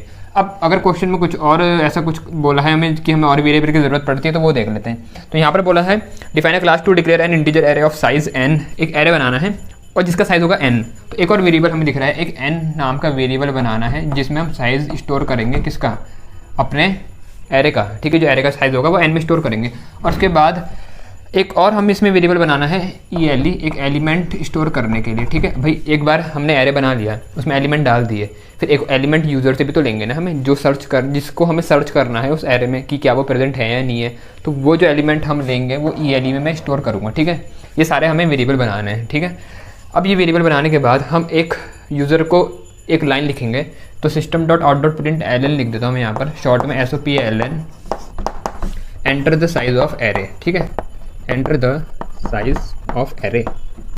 तो एरे का साइज़ अब हमें किस में स्टोर करना है? n में। तो ये लाइन लिखने के बाद अब यूज़र एरे का साइज़ देगा, तो स्टोर कैसे करेंगे वो देख लेते। तो लिखा n इक्वल टू SC जो ऑब्जेक्ट है SC डॉट नेक्स्ट इंट, उसमें नेक्स्ट इंट मेथड का हम यूज़ करेंगे इंटीजर वैल्यू को इनपुट में लेने के लिए। तो जब ये लाइन लिखी आएगी enter the size of array, उसके बाद यूज़र जब साइज़ देगा एरे का, जो भी इंटीजर वैल्यू देगा वो n में जाकर के स्टोर हो जाएगी। यहाँ तक ठीक है। अब एक बार साइज़ मिल गया हमें एरे का, तो अब हम एरे बनाएंगे उस साइज़ का जो हमें मिल चुका है। ठीक है, तो इतना रब कर देता हूँ मैं, फिर हम देखते हैं आगे हम क्या करेंगे। तो एक एरे बना देता हूँ मैं, एक ए नाम का एरे बनाएंगे इंटीजर टाइप का। तो लिखा इंट a, उसके आगे स्क्वायर ब्रैकेट एरे के लिए इक्वल टू न्यू इंट। अब न्यू इंट, इसका साइज़ कितना है? साइज़ है इसका n। तो इस स्क्वायर ब्रैकेट के अंदर हमने साइज़ लिखते हैं, तो साइज़ है n में स्टोर, तो n लिख दिया। तो जैसे ही मैंने ये लिखा तो एक एरे बन जाएगा मेरा। ठीक है, एक एरे बनेगा। अब देखो बड़े ध्यान से सुनना, अगर n की वैल्यू फॉर एग्जांपल 10 है, n मतलब साइज़ अगर 10 है, तो एरे जो बनेगा उसका स्टार्टिंग इंडेक्स 0 होगा, ऐसे चलता जाएगा और आखिरी इंडेक्स होगा 9। हमेशा साइज़ से एक नंबर कम होता है आखिरी इंडेक्स। ठीक है, तो अगर यहाँ पर n है फॉर एग्जांपल, अगर यहाँ पर n है तो मेरा आखिरी इंडेक्स क्या होगा? n-1। बात समझ में आ रही ना, एक नंबर कम होता है। तो n की वैल्यू अगर 10 है तो आखिरी वाला एक कम होगा, मतलब 9 होगा। 20 है तो आखिरी वाला एक कम होगा, 19 होगा। अगर n है तो n-1 होगा आखिरी इंडेक्स। ठीक है, ऐसा एक एरे मेरा बन जाएगा मेमोरी में। अब इस एरे को बनाने के बाद हमें क्या करना है? हमें इसमें एलिमेंट इनपुट करवाने हैं यूज़र से। ठीक है, तो यहाँ पर लाइन लिखी है हमारे क्वेश्चन में, एरे हमारा बन चुका है। अब इसके बाद इसमें बोला है and accept element in ascending order into the array. चलो एलिमेंट एक्सेप्ट कर रहे हैं, यहाँ तक समझ में आ रहा है। असेंडिंग ऑर्डर क्यों बोला? देखो बाइनरी सर्च में हमें एक इंपॉर्टेंट चीज़ पता है कि जो हमारा एरे होता है वो सॉर्टेड होना चाहिए। अब सॉर्टिंग आपके कोर्स में नहीं है, तो अगर एलिमेंट यूज़र इनपुट में देगा तो या तो वो असेंडिंग ऑर्डर में देगा या फिर डिसेंडिंग ऑर्डर में देगा। तो इस क्वेश्चन में हम असेंडिंग ऑर्डर में लेकर के कर रहे हैं, अगला क्वेश्चन करेंगे उसमें डिसेंडिंग ऑर्डर में हम यूज़र से इनपुट में लेंगे। ठीक है, तो यहाँ पर हमें जो एलिमेंट मिलेंगे वो असेंडिंग ऑर्डर में यूज़र से इनपुट में मिलेंगे। तो एक लाइन लिख देता हूँ यहाँ पर, system.out.println enter element in ascending order, enter elements in ascending order. ठीक है,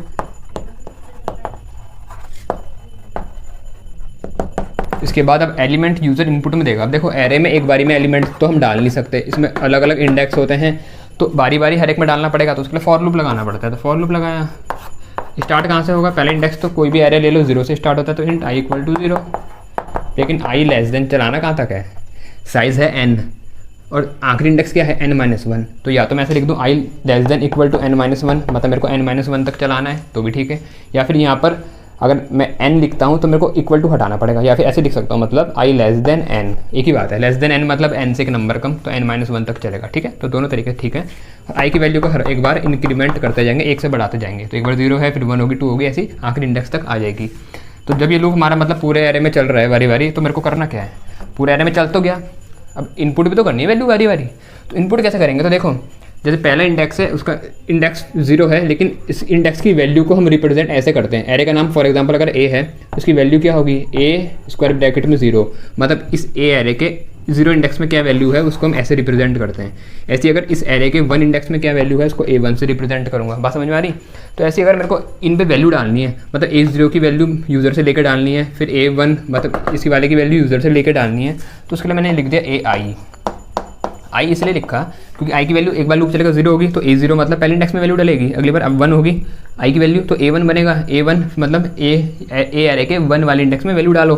अब वैल्यू डालो तो बोल रहे हैं, हम डालेंगे कैसे? तो डालने के लिए हमें पता है sc.nextInt मेथड का यूज़ करेंगे, ठीक है। तो ये यूज़र से वैल्यू इनपुट में लेगा। और अगर बहुत डिटेल में समझना है तो मैंने लीनियर सर्च वाली वीडियो बनाई है, उसको देख लेना, ठीक है। वहाँ पर और अच्छे से समझा रखा है मैंने इसको। तो इस तरीके से हमारे एरे में एलिमेंट बढ़ जाएंगे और एलिमेंट किस ऑर्डर में होंगे? असेंडिंग ऑर्डर में। यूज़र असेंडिंग ऑर्डर में देगा, ठीक है। तो ये तो हो गया। अब एलिमेंट इसमें आ गए इनपुट में, तो अब हमें क्या करना है? अब हमें यूज़र से एक एलिमेंट लेना है जो वो सर्च करना चाहता है इस एरे में, ठीक है।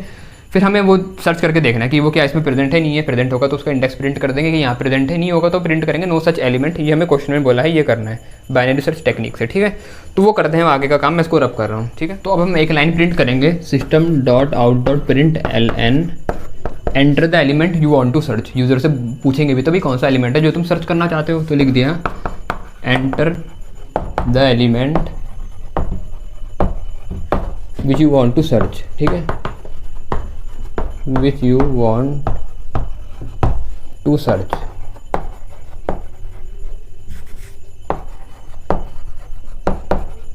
अब वो एलिमेंट जब यूज़र इनपुट में देगा तो उसके लिए मैंने एक वेरिएबल बना रखा था ना पहले से ELE नाम का, तो उसमें हम एलिमेंट स्टोर कर लेंगे sc.nextInt की मदद से। यहाँ तक कोई डाउट तो नहीं है? नहीं है, ठीक है। तो ELE नाम के वेरिएबल में हमने वो वैल्यू ले ली यूज़र से जो वो सर्च करना चाहता है, उसमें स्टोर कर ली। सारा काम हो चुका है, एरे उरे बन गया है। अब बाइनरी सर्च लगेगी, बड़े ध्यान से देखना, फोकस यहाँ पर रखना है अपना, ठीक है। देखो बाइनरी सर्च लगाने से पहले हमने जो वेरिएबल बनाए थे स्टार्ट एंड, उनमें वैल्यू भी तो डालेंगे। तो स्टार्ट तो हमेशा 0 रहता है, कोई भी एरे हो स्टार्टिंग का इंडेक्स तो उसका हमेशा 0 रहता है ना, स्टार्टिंग इंडेक्स तो 0 रहता है, चलता जाएगा।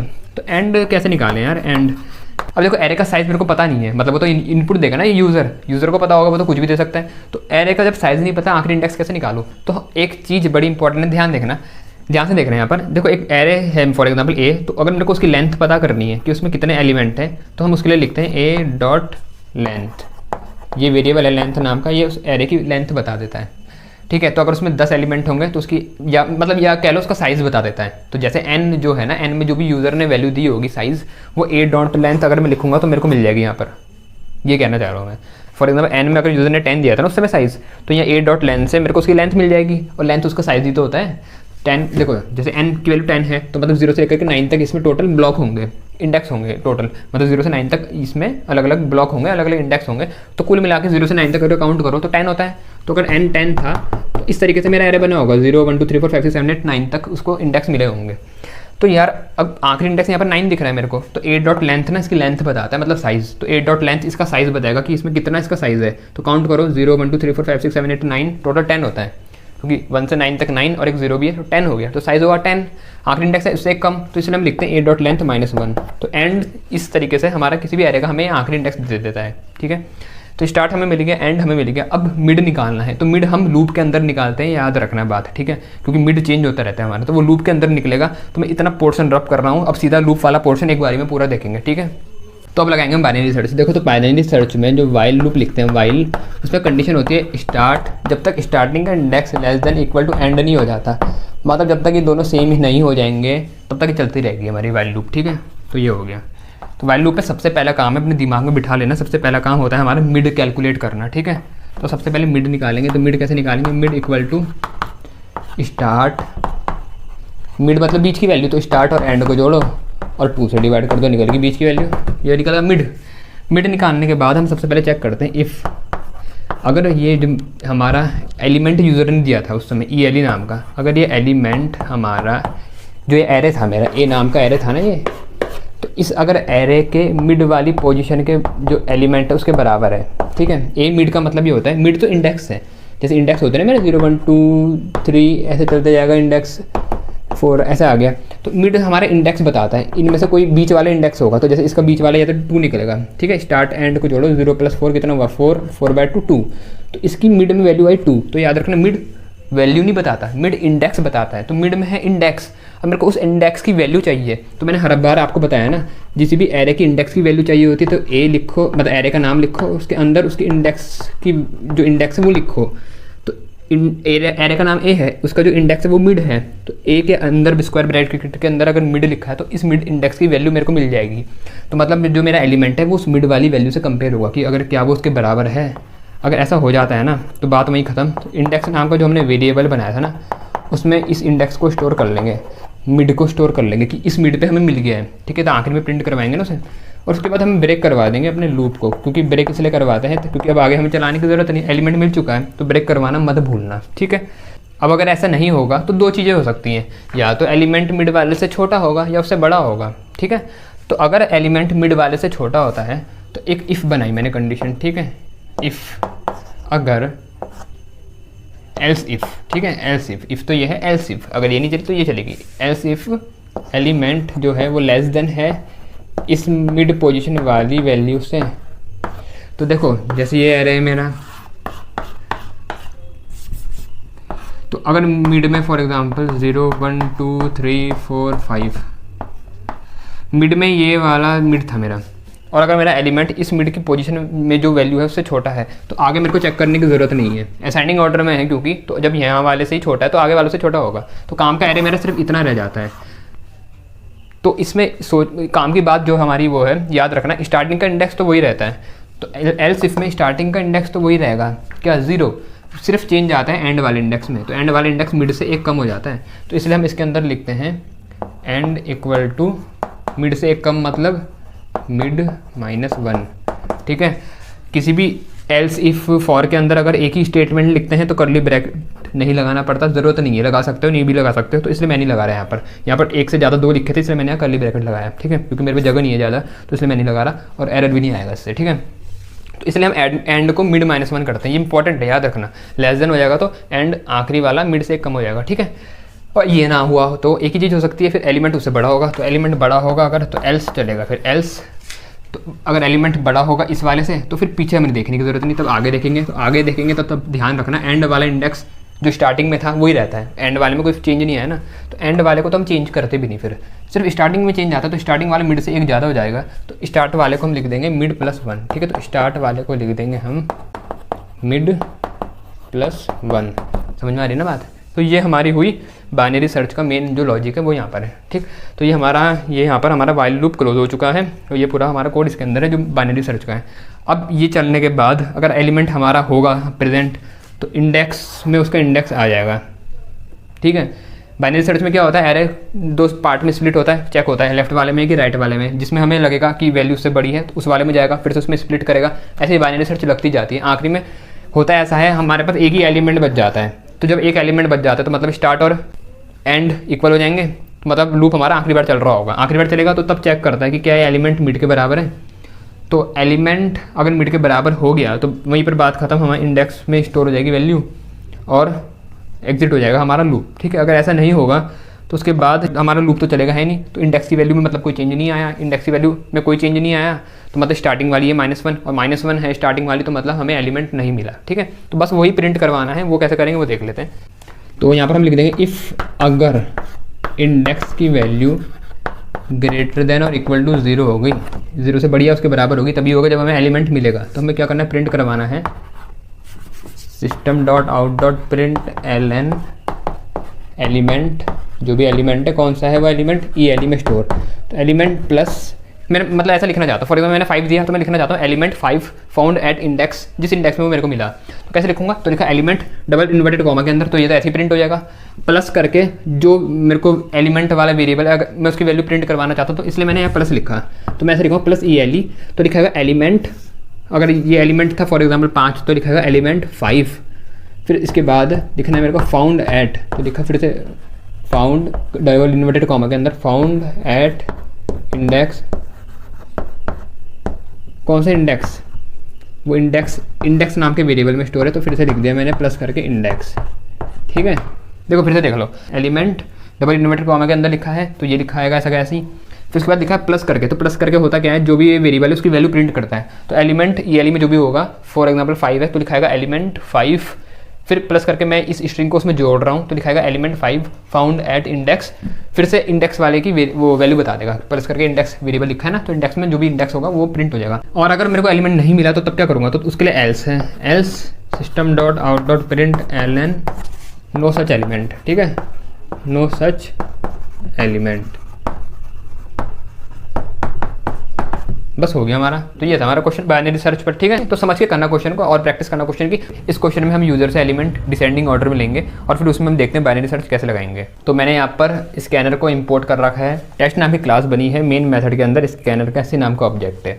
अब हम वेरिएबल बनाएंगे, तो वेरिएबल इंट 3 तो हमें चाहिए होते हैं, एक होता है स्टार्ट, इंटीजर टाइप का स्टार्ट, मिड और एक है एंड, ये 3 तो चाहिए हमें। एक है इंडेक्स, वो भी चाहिए होता है इंडेक्स स्टोर करने के लिए, उसको हम -1 से इनिशियलाइज करते हैं। उसके बाद एक एलिमेंट लेने के लिए नीचे बना देते हैं इंट, एक बना दिया ELE, इसमें यूज़र से एलिमेंट लेंगे जो वो सर्च करना चाहता है, और एक और आखिरी n जो हमें बताएगा साइज़ ऑफ एरे, ठीक है। ये तो हो गया। अब इसके बाद हमें चाहिए एक एरे बनाना है जिसका साइज़ होगा n, इतने साइज़ का एरे बनाना है। तो पहले यूज़र से हमें साइज़ लेना पड़ेगा इनपुट में, तो साइज़ लेने के लिए एक लाइन लिख देता हूँ, system dot out dot println, इस शॉर्ट में लिख रहा हूँ, enter size of array, enter size of array. तो अब यूज़र साइज़ देगा एरे का, तो उसे स्टोर करना है हमें n में, तो इसलिए मैंने लिखा n equal to sc dot next int. Next int method के यूज़ से हम एक इंटीजर वैल्यू यूज़र से इनपुट में लेंगे और उसे मैंने n में स्टोर कर दिया। तो n में मेरा साइज़ आ चुका है, जितना बड़ा मेरे को एरे बनाना है। अब उतना बड़ा एरे बनाएंगे, तो n साइज़ का एरे बनाने के लिए एरे बनाना है इंटीजर, तो लिखा इंट, नाम दे दिया a, int a equal to new int. अब उसका साइज़ मेरे को देना है n, तो न्यू इंट के आगे हम ब्रैकेट में साइज़ लिखते हैं, तो अभी साइज़ n है तो n लिख दिया मैंने, ठीक है। तो जो भी यूज़र ने n की वैल्यू दी होगी उतने साइज़ का मेरा एक a नाम का एरे बन जाएगा। बात यहाँ तक क्लियर है।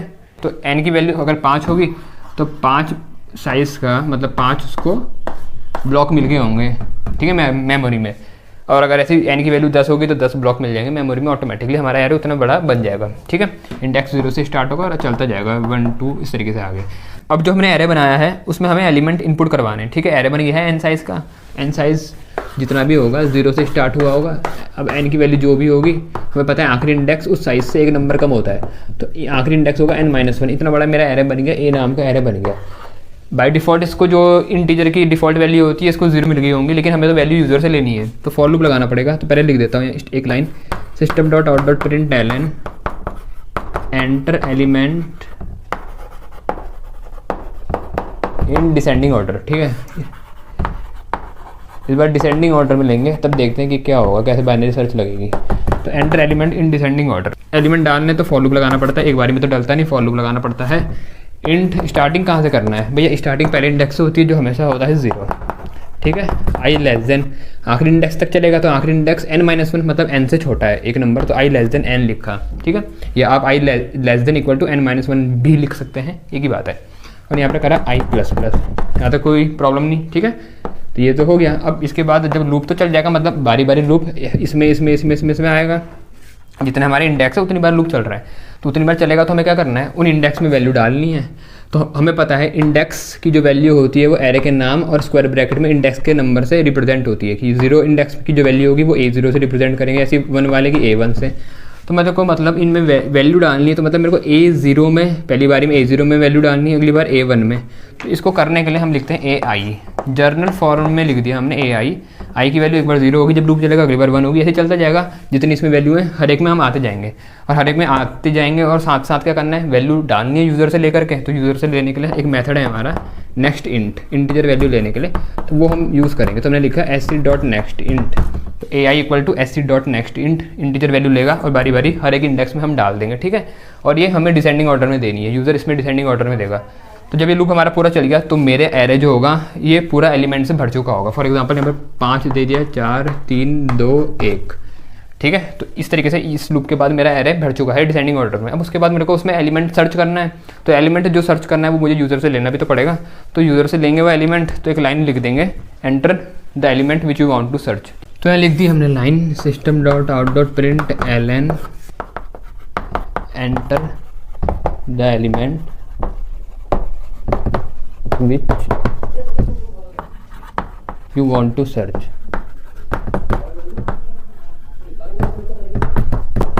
अब ये लिखने के बाद हमें एलिमेंट लेना भी तो पड़ेगा, तो उसके लिए वेरिएबल बना रखा था ELE नाम का, इसमें लिख दिया sc.next int। वो एलिमेंट जो होगा जो यूज़र सर्च करना चाहता है वो इस ELE नाम के वेरिएबल में आ जाएगा, ठीक है। अब उसके बाद हमें ये देखना है कि क्या ये एलिमेंट हमारा जो एरे था वो एरे बना रखा था जो हमने, जिसमें एलिमेंट थे 5 4 3 2 1 5 4 3 2 1, क्या इसमें प्रेजेंट है ये एलिमेंट या नहीं है, ठीक है। अब फॉर एग्जांपल एलिमेंट अगर यूज़र ने 3 दिया तो प्रेजेंट है, तो वो कैसे पता करें, तो उसको हमें पता करना है बाइनरी सर्च के थ्रू। तो बाइनरी सर्च लगाने से पहले हमें 2 वेरिएबल जो है हमारे स्टार्ट और एंड, उनमें वैल्यू देनी पड़ती है, स्टार्टिंग वाली और एंड इंडेक्स की। स्टार्ट और एंड वाला वेरिएबल उसको वैल्यू भी तो देनी है कि स्टार्टिंग इंडेक्स और एंडिंग इंडेक्स क्या है। तो स्टार्टिंग वाला तो 0 रहता है हमेशा, एंड वाला क्या है, एंड वाला इंडेक्स हमें क्या पता क्या है भाई, एन था साइज़ तो कुछ भी हो सकता है ना, एन साइज़ तो यूज़र देगा, तो हमें पता है जो एन की वैल्यू होगी जो यूज़र ने दी होगी, हमें इतना पता है आखिरी इंडेक्स उससे 1 नंबर कम होता है, n-1 होता है, मतलब कुछ भी जो साइज़ होता है एरे का आखिरी इंडेक्स उससे 1 नंबर कम होता है। तो एरे का जो साइज़ होता है उसे पता करने का तरीका ये होता है, एरे का नाम लिखो जो कि है यहाँ पर a.length लिखो, ये वेरिएबल होता है एरे का, हर एरे का वेरिएबल, हर एरे में ये वेरिएबल होता है जो उसकी लेंथ स्टोर करके रखता है। तो जैसे मैंने a.length लिखा तो ये मेरे को एरे का साइज़ दे देगा, एरे का साइज़ वही होगा जो एन की वैल्यू होगी, ठीक है। एन की वैल्यू यूज़र ने दी है ना कि साइज़ कितना है एरे का, तो वही सेम यहाँ पर a.length मेरे को देगा। तो अगर मैं यहाँ पर लिखूँ एंड इक्वल टू a.length -1 तो मेरे को आखिरी इंडेक्स मिल जाएगा, क्योंकि साइज़ से 1 नंबर कम आखिरी इंडेक्स होता है। तो आखिरी इंडेक्स मेरे को मिल गया है।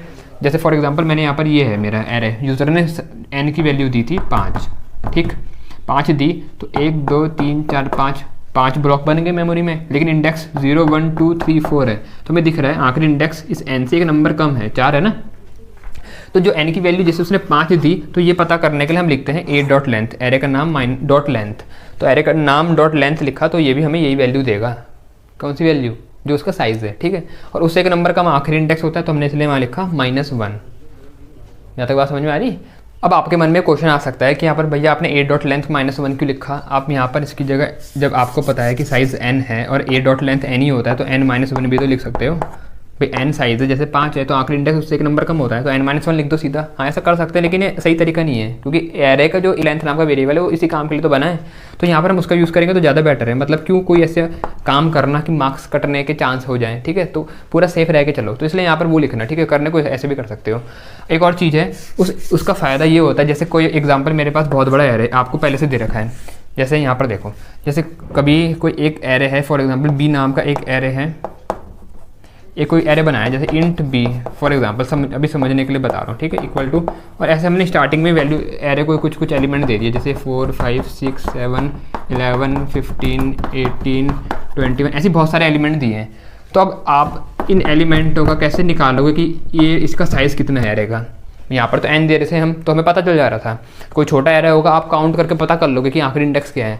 कोई ऐसा एरे जैसे ये इस टाइप का एरे है, ऐसी और मान लो इसमें और एलिमेंट हैं बहुत सारे, तो क्या काउंट करते रहोगे। ऐसे अगर इसमें 100-150 एलिमेंट होंगे तो आप क्या काउंट करते रहोगे कि क्या है। तो उस समय n का तो हम यूज़ कर नहीं सकते, n तो कुछ है नहीं वहाँ, तो तब हम जैसे ये है तो इसका निकालेंगे अगर आखिरी इंडेक्स, तो क्या लिखेंगे b.length -1, ठीक है। तो तब ये यूज़ में आता है। पर लेकिन यहाँ पर अभी फिलहाल इस क्वेश्चन में हमारे पास 2 तरीके हो रहे हैं करने के, तो इसलिए हम वैसे भी निकाल सकते हैं, लेकिन आप निकालना इसी से a.length -1 वाले तरीके से, ठीक है।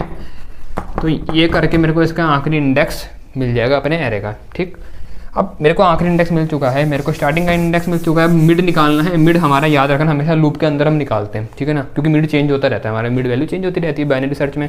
तो यहाँ तक हो गया है, तो अब हम लगाएंगे मेन बाइनरी सर्च, तो लगाया वाइल लूप, वाइल कंडीशन तो वही रहेगी, स्टार्ट < एंड। देखो चाहे असेंडिंग ऑर्डर में हो एलिमेंट या डिसेंडिंग ऑर्डर में हो, ये 2 तरीके हो सकते हैं सॉर्टिंग में। मतलब पहले से जब सॉर्टेड मिलेगा एरे तो या तो असेंडिंग में होगा डिसेंडिंग में होगा, ठीक है। आपको नहीं करना होगा क्योंकि सॉर्टिंग सिलेबस में नहीं है, तो पहले से मिलेगा। तो वाइल में कोई चेंज नहीं आता, जो अंदर इफ़ लगाते हैं हम, इफ़ और एल्स इफ, उनमें चेंज आता है। तो लिखा वाइल स्टार्ट < एंड। जब तक ऐसा रहेगा तो लूप चलाते जाओ। अब लूप के अंदर करना क्या है, सबसे पहला काम तो होता है मिड निकालना। मिड क्या होता है, स्टार्ट और एंड को जोड़ो और 2 से डिवाइड कर दो, ये तो हो गया मिड, ठीक है। मिड निकालने के बाद फिर हम चेक करते हैं इफ़ अगर वो एलिमेंट जो यूज़र ने दिया था अगर वो एरे के मिड वाली पोजीशन से मिलता है। एरे फॉर एग्जांपल ये था एलिमेंट है 5 4 3 2 1 0 1 2 3 4। तो इसका मिड क्या होगा, स्टार्टिंग का ये है, एंड का ये है, जोड़ो 0 + 4 4, उसका आधा करो, कितना आया 2। इसके लिए मिड बनेगा 2, ठीक है, मिड बना 2। तो ये जो मेरा बना ऐसा बना, ए ब्रैकेट में मिड क्या है, मिड तो है 2, तो ए का 2 मतलब ए एरे के सेकंड इंडेक्स में कौन है 3। तो कंपेयर होगा कि क्या मेरा 3 इक्वल है एलिमेंट के। तो अभी मान लेता हूँ एलिमेंट भी 3 दिया, इक्वल हो गया। फॉर एग्जांपल एलिमेंट भी 3 था तो इक्वल हो गया। तो तब मुझे क्या करना है, मुझे उसका इंडेक्स रख देना है इस वाले वेरिएबल में संभाल के। तो इंडेक्स क्या है उसका, मिड में जो वैल्यू है वही तो उसका इंडेक्स है। तो उसको मैंने इंडेक्स में रख दिया। जो वेरिएबल बनाया था स्टार्टिंग में जिसकी वैल्यू -1 थी, तो उसकी वैल्यू रिप्लेस कर दूंगा मिड से और यहाँ पर लूप ब्रेक कर दूंगा। मतलब काम हो गया पूरा, मिल गया एलिमेंट, बात खत्म। ऐसा अगर नहीं होता, ठीक है, अगर ऐसा नहीं होता तब हमारा चलेगा एल्स इफ़। तो एल्स इफ़ में क्या करेंगे, तो एल्स इफ़ अगर ऐसा नहीं है तो या तो ये हो सकता है एलिमेंट मेरा छोटा हो जाए इस मिड वाले से। अब बड़े ध्यान से देखना, देखो पूरा बाइनरी सर्च जो मेरा, ये जो बाइनरी सर्च है हमारा, चाहे असेंडिंग ऑर्डर में लगाओ चाहे डिसेंडिंग ऑर्डर में, सब कुछ सेम रहता है। बस ये एल्स इफ़ जो आखिरी का एल्स इफ़ और एक एल्स होता है ना, उसके अंदर जो स्टार्ट और मिड हम स्टार्ट और एंड निकालते हैं, बस उसमें थोड़ा सा चेंज आता है। तो उसको समझ लेना, क्योंकि पेपर में भाई कैसे भी आ सकता है क्वेश्चन। अभी तक जैसे मैंने देखे हैं प्रीवियस ईयर में असेंडिंग ऑर्डर में आए, तो क्या पता इस बार डिसेंडिंग ऑर्डर में आकर तुम लोग फंस जाओगे उसमें। तो इसलिए समझना है यहाँ पर बड़े ध्यान से। देखो अगर एलिमेंट एरे के मिड वाले से छोटा है, तो अगर एलिमेंट एरे के मिड वाले से छोटा है, मतलब एरे के मिड में 3 है एलिमेंट, और जो फॉर एग्जांपल एरे के मिड में 3 है वैल्यू, और एलिमेंट की वैल्यू अगर 1 है, तो 1 3 से छोटा है ना, ये वाली कंडीशन ट्रू हो जाएगी ना। देखो एलिमेंट क्या है 1, क्या है एरे के मिड, एरे का मिड मतलब A2, तो A2 पे कौन है 3, तो क्या 1 3 से छोटा है, हाँ छोटा है। तो जब असेंडिंग ऑर्डर वाले में हम क्या करते थे, जब छोटा होता था तो हम राइट साइड वाले को और इसको छोड़ के लेफ्ट साइड वाले एरे को लेते थे, क्योंकि असेंडिंग ऑर्डर में, तो असेंडिंग ऑर्डर में छोटी वैल्यू लेफ्ट साइड में होगी, क्योंकि असेंडिंग ऑर्डर में छोटी इधर होती है और बड़ी उधर को होती है वैल्यू, ठीक है। लेकिन यह उल्टा है, डिसेंडिंग ऑर्डर में बड़ी वैल्यू उधर होती है, सबसे छोटी उधर को होती है। तो अगर मेरा जो ये एलिमेंट ये छोटा हो गया इससे, तो मैं लेफ्ट साइड वाले पे को छोड़ दूंगा, राइट साइड वाले को लूँगा। बात समझ में आ रही ना। देखो मेरा एलिमेंट इससे छोटा हो गया ना, मैंने एरे में जो एलिमेंट मेरे को सर्च करवाना है वो 1 था, और वो मिड वाला जो 3 है उससे छोटा है। तो अब लेफ्ट में नहीं देखेंगे, अब हम राइट में देखेंगे, क्योंकि छोटा हो गया तो छोटे वाले एलिमेंट उस तरफ है, इतना सा अंतर है। तो उस तरफ है, मतलब मेरे को अब जो बाइनरी सर्च लगानी होगी वो इतने पोर्शन में लगानी होगी इस एरे में।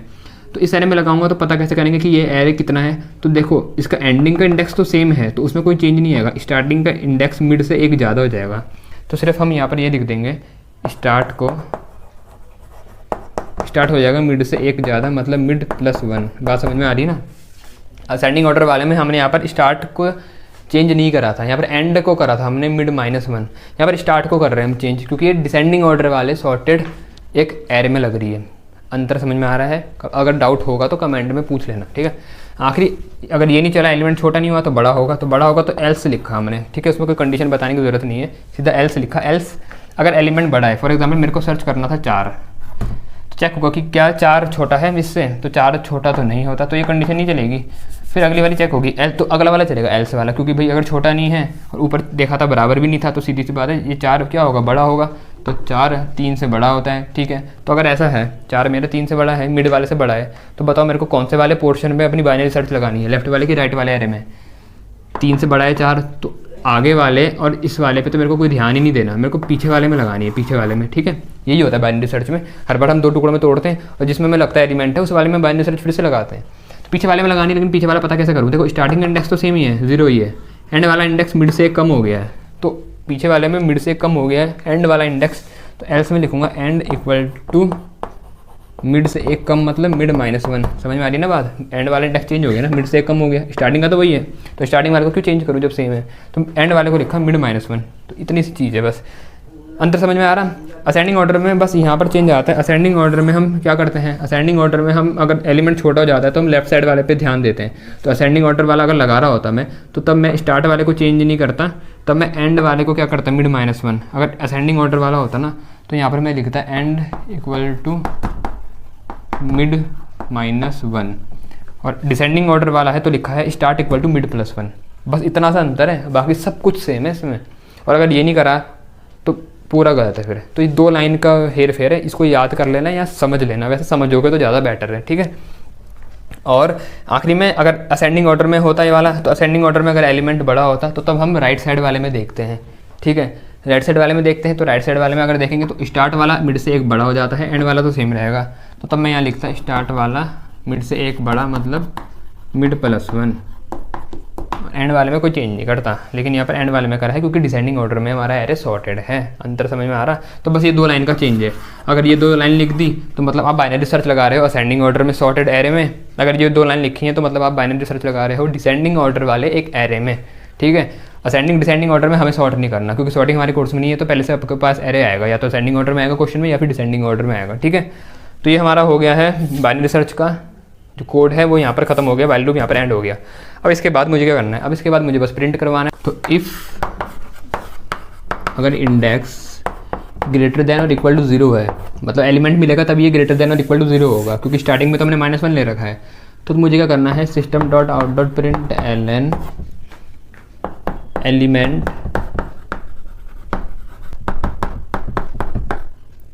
फाउंड। एलिमेंट कौन सा एलिमेंट? जो ELE में है, ELE में फाउंड एट इंडेक्स, और इंडेक्स की वैल्यू इंडेक्स नाम के वेरिएबल में है, तो वहाँ से हमें मिल जाएगी। ये हो गया। और एल्स तब चलेगा अगर एलिमेंट नहीं मिला होगा। तो एलिमेंट नहीं मिला होगा तो system.out.println नो सच एलिमेंट। ठीक है, तो ये है हमारा कोड।